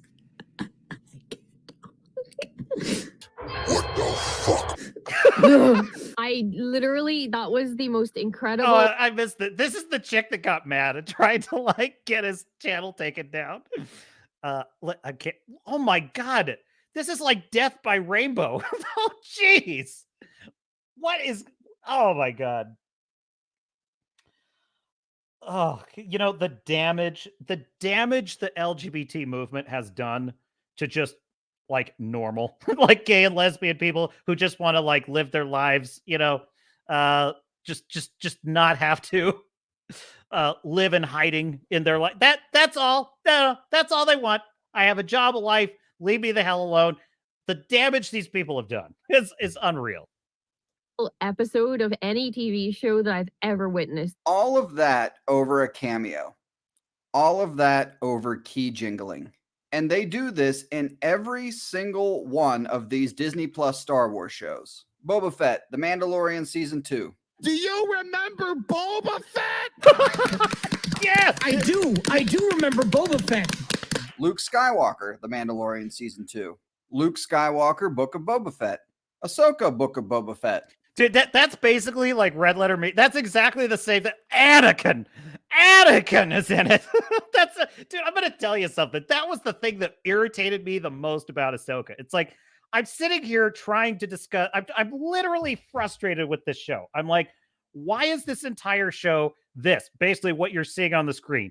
Her arms are crossed. She has a plank of wood expression. She says nothing in like 30 lines of dialogue. It is the most excruciating thing to watch. Nothing is happening. Why is any of this? And meanwhile, I have to, well, if you haven't watched the Clone Wars and you don't love Anakin like I do, then you don't understand. And it's like, I do like Anakin. I did watch the Clone Wars. I'm not talking about that. Like, but Anakin was in it. Cad Bane, Book of Boba Fett. Zeb, Mando Season 3. Anakin Skywalker, Ahsoka. C-3PO, Anakin. Ahsoka. And these people lose their fucking minds over even the most subtle of references. Hello there. He said the thing. He said, "Oh my god, there's so many references in this fucking episode. I can't, my heart, I can't handle it." And I say this all the fucking time, and it's worth reiterating. This is who Disney is making Star Wars for. So remember in the finale when Obi-Wan sliced Vader's mask? Now, this might be disturbing to some of you, so viewer discretion is advised. But here's another reason, like another proof that I love the broken mask so much. Oh, no way. I'm blinded by what? Oh my God. What is... You can't be serious. Wait, hang on. I gotta... Of the broken mask so much. Oh my God. That is a lot of ink. Oh my God. Well, listen, I don't think you could call her a liar. Like, she clearly does love the show a hell of a lot. Wow. Okay, my official opinion of this babe is that she is not a lying shill. She is a shill, but she's a sincere shill. So I will grant her that. Hey, unless, unless that's like a fake tattoo, which I wouldn't put it past, but I'm willing to extend the benefit of the doubt. That is a really big tattoo. What are you doing? Really? Like, okay, let's unpack this a little. Okay. Granted, this is a real tattoo. Granted, it's a very large tattoo, like a very large tattoo.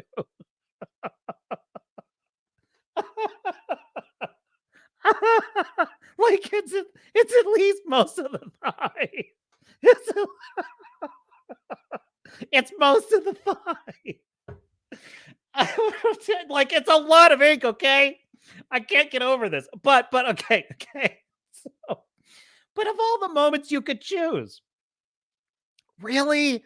Like okay, not like what would even be better? I don't know, but like Anakin and Obi-Wan crossing blades, like I just really like not I mean, I guess I can't think of a better one. I don't know. If I were going to get a giant Star Wars tattoo that took up most of my thigh, what would I choose?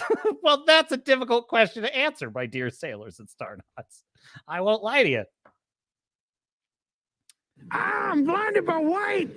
And by the way, you should really hit the gym and do some goddamn squats. Put her having some good old-fashioned pancake butt. Now that's what Mom used to make. Nice and flat. Like, dude, I love how he's in whiteface, and it's like, I don't care. Be in whiteface. It's hilarious. Not so nice, but definitely flat.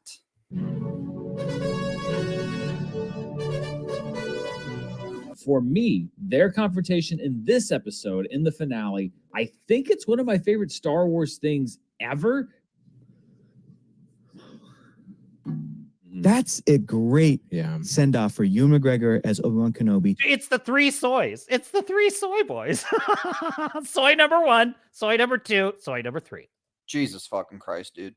First of all, no. And second, I fully expect to see him in another show somewhere down the line. Yeah. But give me some more Reva. Clearly, these people love Star Wars. They know Star Wars inside and out, and it really shows. It showed through in every single episode, in my opinion. You are delusional. You're in denial.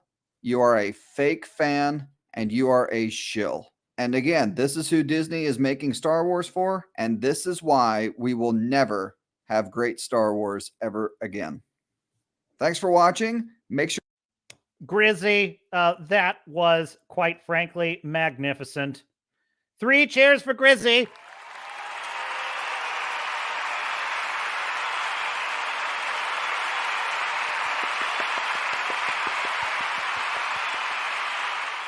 Grizzy, Grizzy 1989, brilliant, my dude. I gotta say, so he's in a bit of a content desert, so he's going back and picking up Obi-Wan. But you know what's so interesting about that? It's like, I'll tell you something. I think there is a flat out like pass fail litmus test for whether you're just a full of crap shill or just a blue pill who just wants Star Wars to be good. You just want to believe it's good. So like Mandalorian is fun, fine. He Vadered, whatever. I would say the absolute definitive test is if you are just begging for Reva. Like if you just need you some Reva in your life, you are full of shit. Nobody likes that character. You cannot convince me that anyone likes that character. Nothing in the world to do with her skin color. She is a nothing character. She's an awful character. She's boring. She's annoying. She's usurping the role of the legacy characters. Listen, villains are, in my view, I'm a villain guy. I love the villains. Darth Maul, awesome. Darth Vader, awesome. The Borg Queen, Khan, awesome. Okay. I am a villain connoisseur. Okay. And the villain is crucial to making the hero's journey work. The villain, by the way, Godzilla versus Shikishima, awesome. Awesome hero villain battle in that movie. Oh, so gives me chills just thinking about that final act of the film. If you screw up the villain, you have screwed up the whole thing. Like you have screwed up the whole thing. Perfect example, Admiral Thrawn. Admiral Thrawn was kind of one.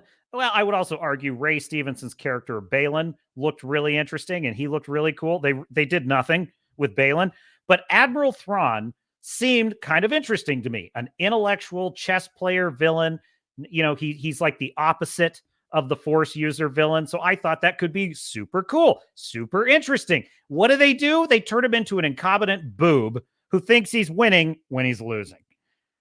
it ruins any tension, any stakes, and it makes the heroes look that much more idiotic that they can't beat this guy.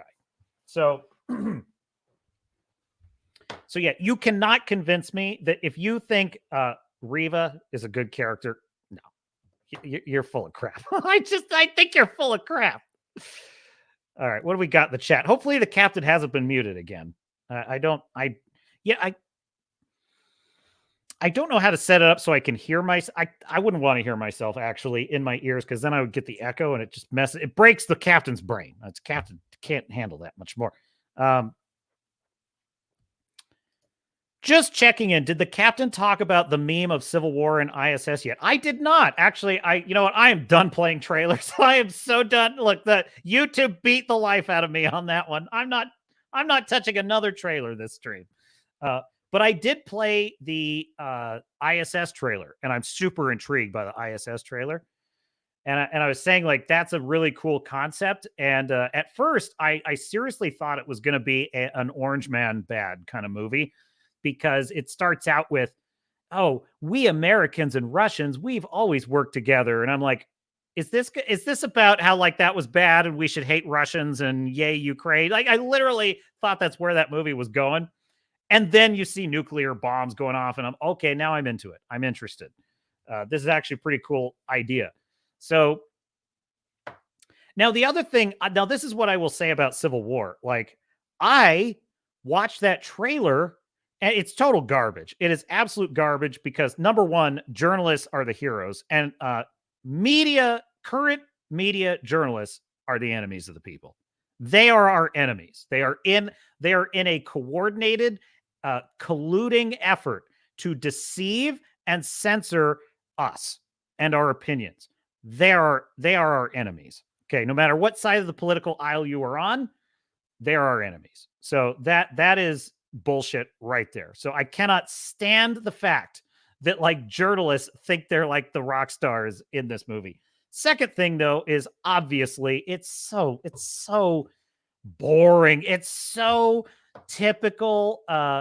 This is the view that Hollywood had of what a Civil War would look like 20 years ago.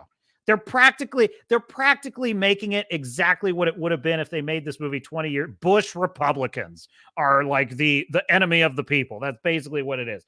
It's so dumb. Anyway, all that being said, the filmmaking looks pretty interesting. And I have to say, I would be interested in seeing a real gritty presentation of a Civil War in America. I think that would be interesting as a movie. I think that would be really good if you did it right.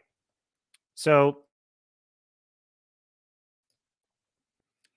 but that would require nuance. That would require complexity and balance. It would require a story in which both sides are arguing. Two sides are arguing and both are right. That's basically what it would have to be. There would have to be, and also the geopolitical situation they present in that film is nonsensical. They show California and Texas are in an alliance to rebel against the government. That makes no sense. And it sounds to me like they're trying to do essentially a bad version of what Top Gun Maverick did, which is to not identify who the enemy is.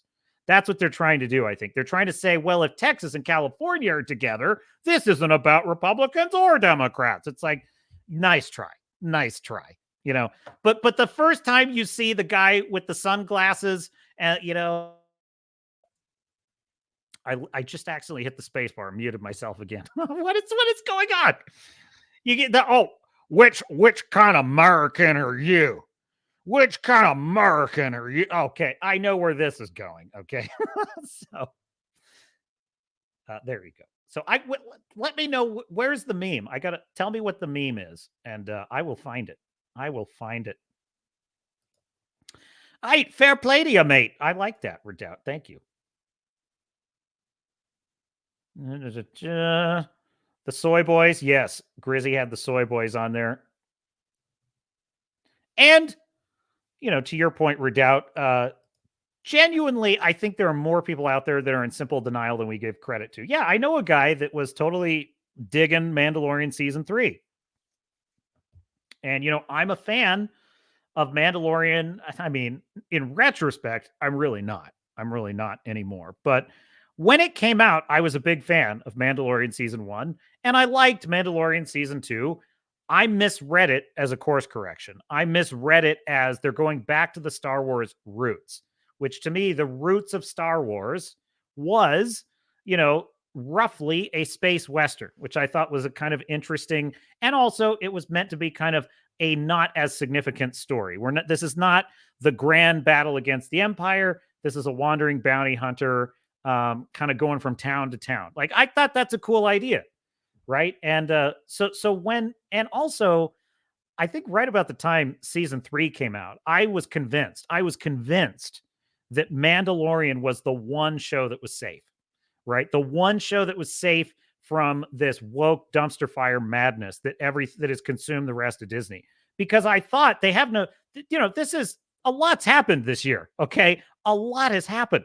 This is before Disney had like 12 failures, massive failures, right? So this is before that. And I'm thinking they can't afford to screw this up. They've had a couple misses in 2022. Like they know that Mandalorian is their one card to play and they're not going to mess with it. Like only the pros are going to be handling that one.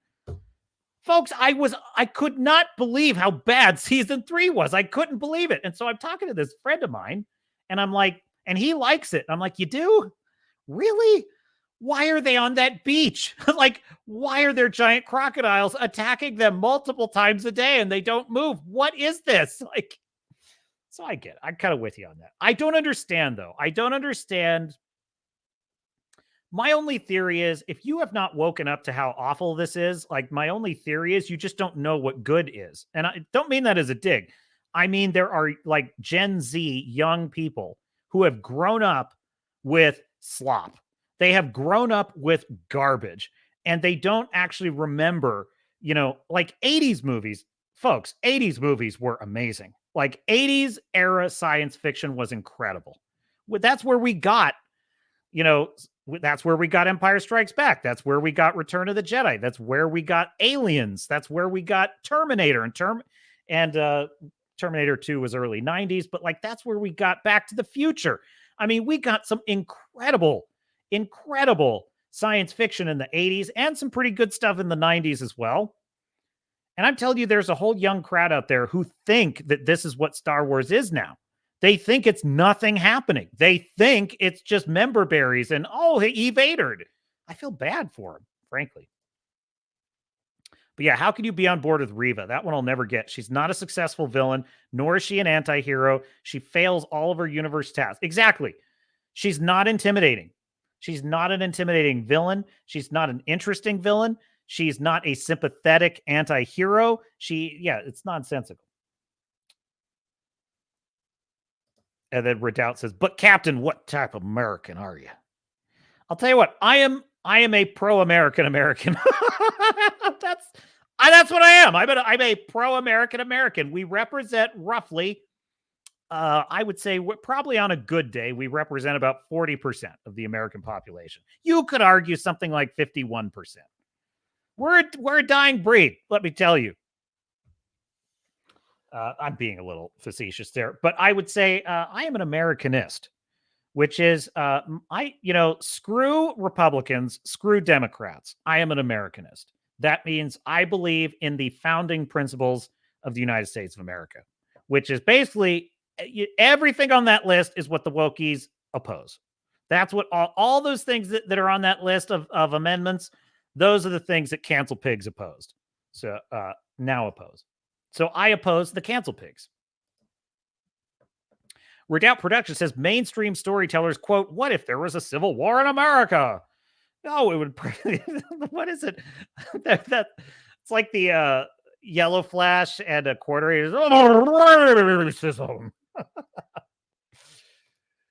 Me looks at personal library with books of the American Civil War. I know exactly.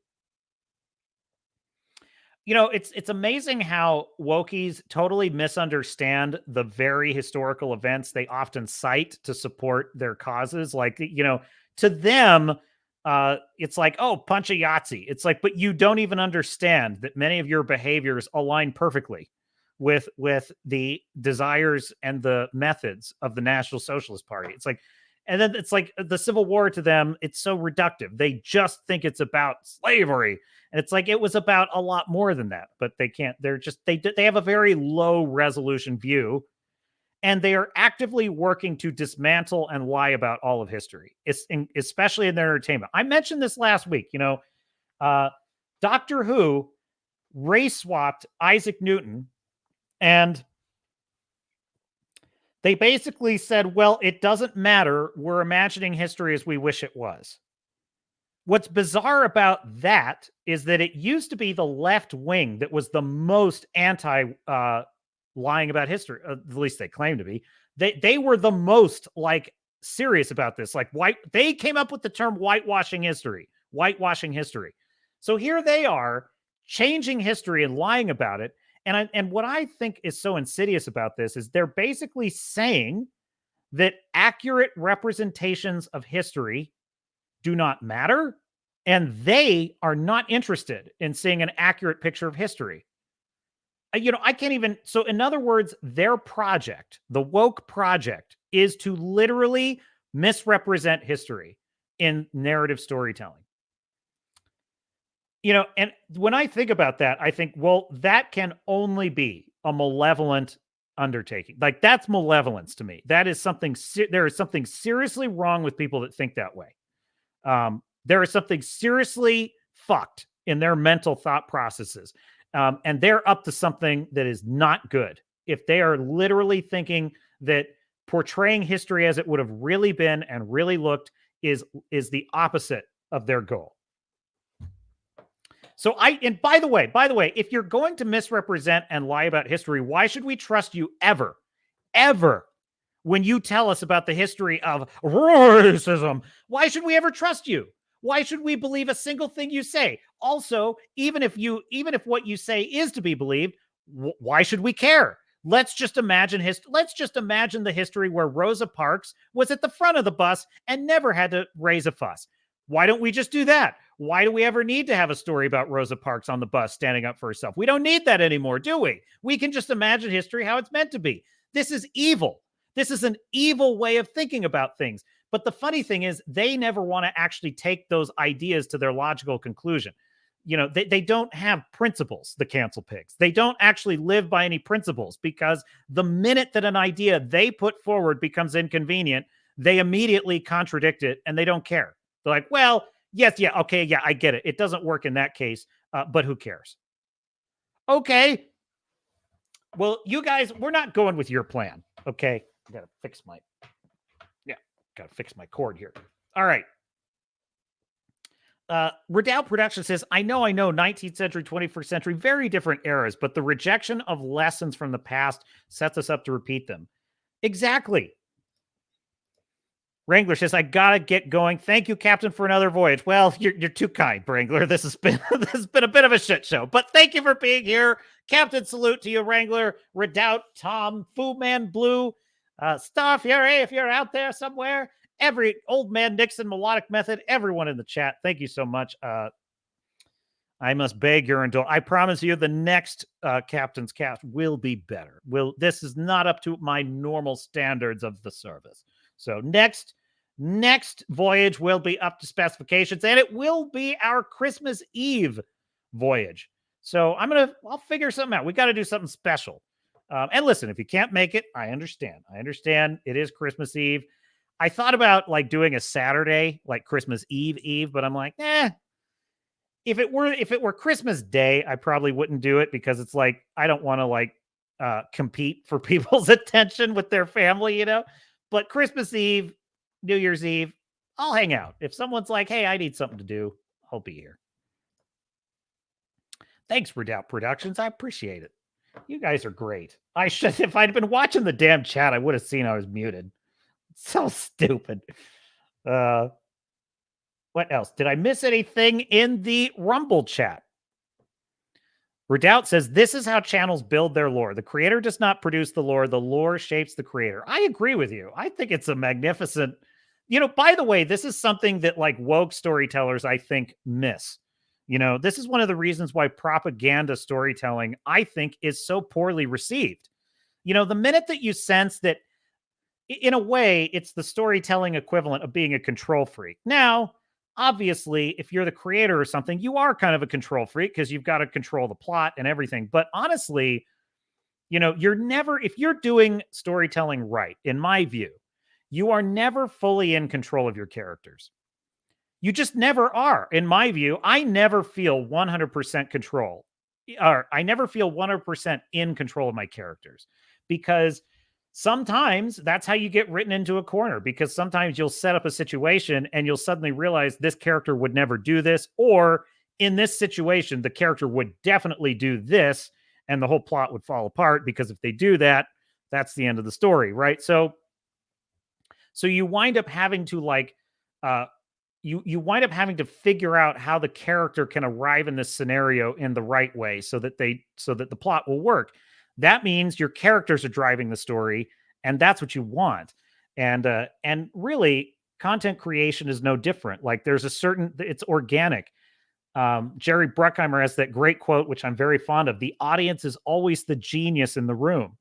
This is the thing that Russell T Davies, and Nia DaCosta and Kevin Feige and Kathleen Kennedy and Bob Iger and all these morons that are running these Taika Waititi, these just dumb people that are, they miss that. They don't understand that that's one of the most important parts of creation. It's a participatory process. You never create anything in a vacuum. I don't care if you're a novelist on your own, writing by yourself. You are participating in a dance of creation that is larger than you. It is part of the cosmos itself. You are tapping into a collective consciousness, and I'm probably getting super zen on you, but I'm just saying, like, this is what I genuinely believe. And that is itself a collaborative process, right? It is a very arrogant creative who doesn't understand this, in my view. And if they don't, now they may make good stuff, and I'm not denying that, but sooner or later, they're headed for a fall. They're headed for a fall. And truthfully, we probably all are headed for a fall just by dint of being humans. So there is that. But all right. We're pretty much close to wrapping it up. The captain's gonna just slink out of here. I gotta go. I just muted my stream. I got blocked. I'm just not my best effort. But we move on. It builds lore. Like I probably built a lot of great lore. I've got all kinds of weird shit on this stream for lore. What else did I have? I had some other stuff in the stack of stuff. We got Grizzy. I think we pretty much covered it, folks. We pretty much covered all the things. We've got Rebel Moon is coming out next week, and I am going to review that for absolute sure. And by the way, I am totally impartial on Rebel Moon. I am totally impartial. Maybe Rotten Tomatoes is wrong and it's going to be awesome. Maybe the critics got it right for a change and it's going to be awful. I don't know. This is my sense. This is my kind of feeling. I get the feeling it's probably going to be something like a 6 or 7 out of 10. That is my guess. That is my educated guess. I think it's going to be kind of a middling sort of effort. So we'll check it out, though. But hey, I would like this to be good because I would like new things to succeed. Nothing made me happier than, seeing Godzilla and being blown away by this movie, and without any expectation, by the way, because I hear about this movie, Godzilla -1. The trailers were okay. The trailers were nothing super awesome. They did show that shot of Shikishima screaming at Godzilla. And I do remember that was one of the things in the trailer that sold me on it. I'm like, okay, there is some real emotion in this movie. I'm excited about that. And it turns out that's one of the great scenes of the film. It's just amazing. But this movie came from nowhere. I wasn't looking for it. I was thinking, okay, well, let's see how this goes. It blew me away. It just blew my hair back. This movie was so awesome. Now, that's what I want. That's what I want. And that's what I hope for with Rebel Moon, but I don't get the feeling that's going to happen. So we'll see. We will see. Let's see. One more short little story to close it out. Would you like some more good news, folks? Because one more, and then we'll close it out. We'll bid adieu, Albedazane. Hat tip, bounding into comics. Here we go. Marvel shuffles the upcoming film slate yet again. Deadpool 3, Captain America, Brave New World, and Blade and Thunderbolts all delayed. Folks, never let these people convince you that they are not on the ropes. They are on the ropes. They are in deep shit. Like, Disney is in deep shit. I wish I could have found this. I literally had it in my notes to find it. I don't know what I did with it. I was watching a stream. Somebody had basically literally had a spreadsheet. It was probably on Midnight's Edge, but like they had a spreadsheet listing all of the failures of Disney this year. It's staggering. They've lost at least $1.3 billion, probably a lot more. They've lost $1.3 billion in the box office this year. So they Bob Iger gets out there and he puts a brave face on it. We have inflicted major defeats. And when I say we, I mean we, the fellowship, we, the fans, we who are making our voices heard. We have, listen, word of mouth, folks, 6 degrees of separation. I'm telling you right now, one person in the course of their lifetime on average will influence 10,000 people. That's average over the course of their lifespan. That means that one person, for each of those 10,000 will also influence, on average, 10,000 other people. That's 2 degrees of separation from 10,000 times 10,000. Hey, Siri, what's 10,000 times 10,000? I'm that bad at math. 10,000 times 10,000 is 100 million. Thank you, Siri. 100 million. 100. That's how bad at math I am. It's so pathetic. Look, I'm a words guy. I'm a language guy. I'm not a numbers guy. 100 million people you are 2 degrees of separation from in your lifetime. Think about that. That's a fourth of the population of the United States. So 12,000, well, really, it's like 20,000 now watching Friday Night Tights every week. 20,000 people a week watching Friday Night Tights. Now, every one of those 20,000 is talking to probably 3 to 10 other people in their lives, right? So that's like 10 times 20,000. That's an impact of at least, I would argue, 200,000 people, right? That 200,000 people maybe passes on 1 or 2 nuggets to 1 or 2 other people. Folks, we are having an impact. We are having an impact on the culture because the normies are waking up and they're starting to realize that these film creators are not trustworthy. I would argue one of the major reasons why the box office in general has been so bad lately is because it used to be that you would go to a theater, see a bad movie, and you'd be like, oh, that one kind of sucked. Hopefully the next one's good. That second step of hopefully the next one's good, that's gone away because now it's like, damn, this one has sucked. God, that one sucked too. Man, the last 3 of these sucked. The movies are expensive. Let's not even go. That's what is setting in. Now, people are waiting to be proven that something is going to be good before. I know I'm that way. I used to really take a lot more chances. I mean, obviously, it's not like I'm trying to cross a minefield or anything, but I'm just saying that just as a customer, I would sort of go out on a limb for a movie that looked like it might be so-so. I don't do that anymore. I do not do that anymore. If I don't hear some reason that this movie is worth my time, fuck off. Like, I don't want to, I am not allowing these studios. Honestly, I've seen more movies this year because of this channel. I probably would have seen a handful of movies this whole year if it weren't for this channel. And that is writ large in the society. So when I say we have inflicted defeat, I mean we the fans, we the normies, we the customer, we have inflicted defeat after defeat after defeat. And you want to see what the next defeat is going to be? In yet another blow to the franchise's already shaky future, Disney has announced that they will once again be undertaking a delay of their upcoming Marvel releases, this time pushing their entire in-production lineup of Deadpool 3, Captain America, Brave New World, Blade, and Thunderbolts back from their slated release dates. According to Disney's updated schedule, where once he and Hugh Jackman's version of Wolverine were set to make their MCU debut on May 3rd, 2024, they will now hit the big screen on July 26th or later. So they're pushing Deadpool back. That's probably the one hit that they're going to have, actually. Notably, prior to this latest shakeup, the highly coveted summer release date was reserved for Captain America Brave New World. Think about this, folks. Am I reading this correctly? Prior to this, the highly coveted summer release date was reserved for, okay, that was going to be next year. Got it. Okay, so next year, the summer big blockbusters time slot was reserved for Captain America, Captain Falcon America. However, thanks to this update, the all-new, all-different Captain America will now make his play on February 14th, 2025. So they moved him out of the summer plot, or the summer spot, and they're putting him on 2020. Why are we watching She-Hulk twerking? No. So they moved it to 2025.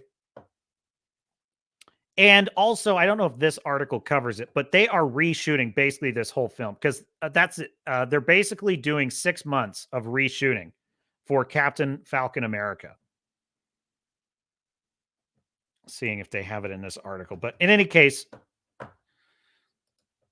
that's how bad it is. Folks, it's a bloodbath. This box office year has been a bloodbath for Hollywood and especially for Disney. They have paid dearly. They have paid dearly for our franchise's deaths, and they have more, that there is more pain on the way. Bob Iger, Kevin Feige, Kathleen, you think this is over? This isn't over. This isn't over by a damn sight. Go ahead, reshoot them all you want. It won't make a difference because your lunatic, wacko employees are still there and they will continue to be there. Like, there's no chance. Nothing is going to get better. You, if anything, people are going to care less about Disney in 2024 than they ever have. Honest to God, do you even think Falcon's coming out? Falcon, Captain America. 2025, folks. In movie box office timelines, that is a long time. That is an ice age. Like that, honestly, I would be kind of amazed if the MCU were even still much of a thing by 2025. I don't even know if it's going to last that long. The MCU is such a joke. The Marvels, I mean, it might be one of the most spectacular endings. Like that is a epilogue. That is an epilogue to the story of the MCU that is just, you couldn't tell a better story. It is a catastrophic defeat, the Marvels. One of the worst, I think it is the worst MCU box office ever. Maybe one of the worst Disney box offices ever. Okay. It's just the beginning. It's just the beginning. They're going to come out with Echo. They're going to come out with all this garbage. Agatha, it's garbage. Garbage. They're going to reshoot it. And even if they elevate that garbage to less stinky garbage, they've just spent another $100 million, another $200 million just to polish a turd. That's all they're doing. And you know what my evidence for this is? My evidence for this is the Marvels Exhibit A, because I don't think there is any Disney or MCU movie, period, that went through more rewrites, more test screenings, more reshoots, more delays than the Marvels. With all that time, all that editing, all that executive oversight that Bob Iger is so proud of, all of it. What did they produce? Shit in a blender. Just a mess. That movie is an absolute mess. It is an hour and a half of nothing worth your time. Folks, these are dumb people. These are such dumb people. They don't learn lessons. They don't understand what they did wrong. They don't, and frankly, they don't much care. Like, they just don't even care. We care about these stories. We are the fans. We are the story lovers. We are passionate. They are not. They are not passionate about this stuff. They don't care about it. They're like, okay. They're rearranging the deck chairs on the Titanic, and we will be there front and center to watch this ship sink. So take heart, my dear sailors and starnauts. You are winning. We are winning. Hail the Iron Age. Hail the Fellowship. Hail you, the crew, the brilliant men and women of the Swords and Starships channel. I salute you and I thank you. And so that's, I think, where we're going to leave it tonight. We've had good good times, good fun, and some mishaps, some technical difficulties that shall be stricken from the record and never mentioned again. As Janeway once said to Chakotay on Star Trek Voyager, let's leave this one out of the logs this time. Okay? Deal? Okay, cool. Tom says, take care, all. Take care, Tom. Good to see you. Happy Sunday. All right, everybody. Well, I wish you a great week, an amazing time. Have fun out there. Go out there, create. This is your time. This is your time to create. They're on the ropes. They're losing. They're irrelevant. Hollywood is irrelevant. Nobody cares. Godzilla -1, $60 million, and it's adding theaters. It's a less than $15 million budget. That is staggering. That's like a 4 or 5 times return on your money. So, Captain salute to Toho Studios, director Takashi Yamazaki, the best film of the year, Godzilla -1. This has been the Captain's Cast on the Swords and Starships channel with your host, Captain Garrett, live on YouTube, Rumble, and X, formerly Twitter. Please like, subscribe, tell your friends about the stream, and have a great week. And until next time, this is Captain Garrett saying, definitely not stalling for time at all. This is Captain Garrett saying, I will see you out there.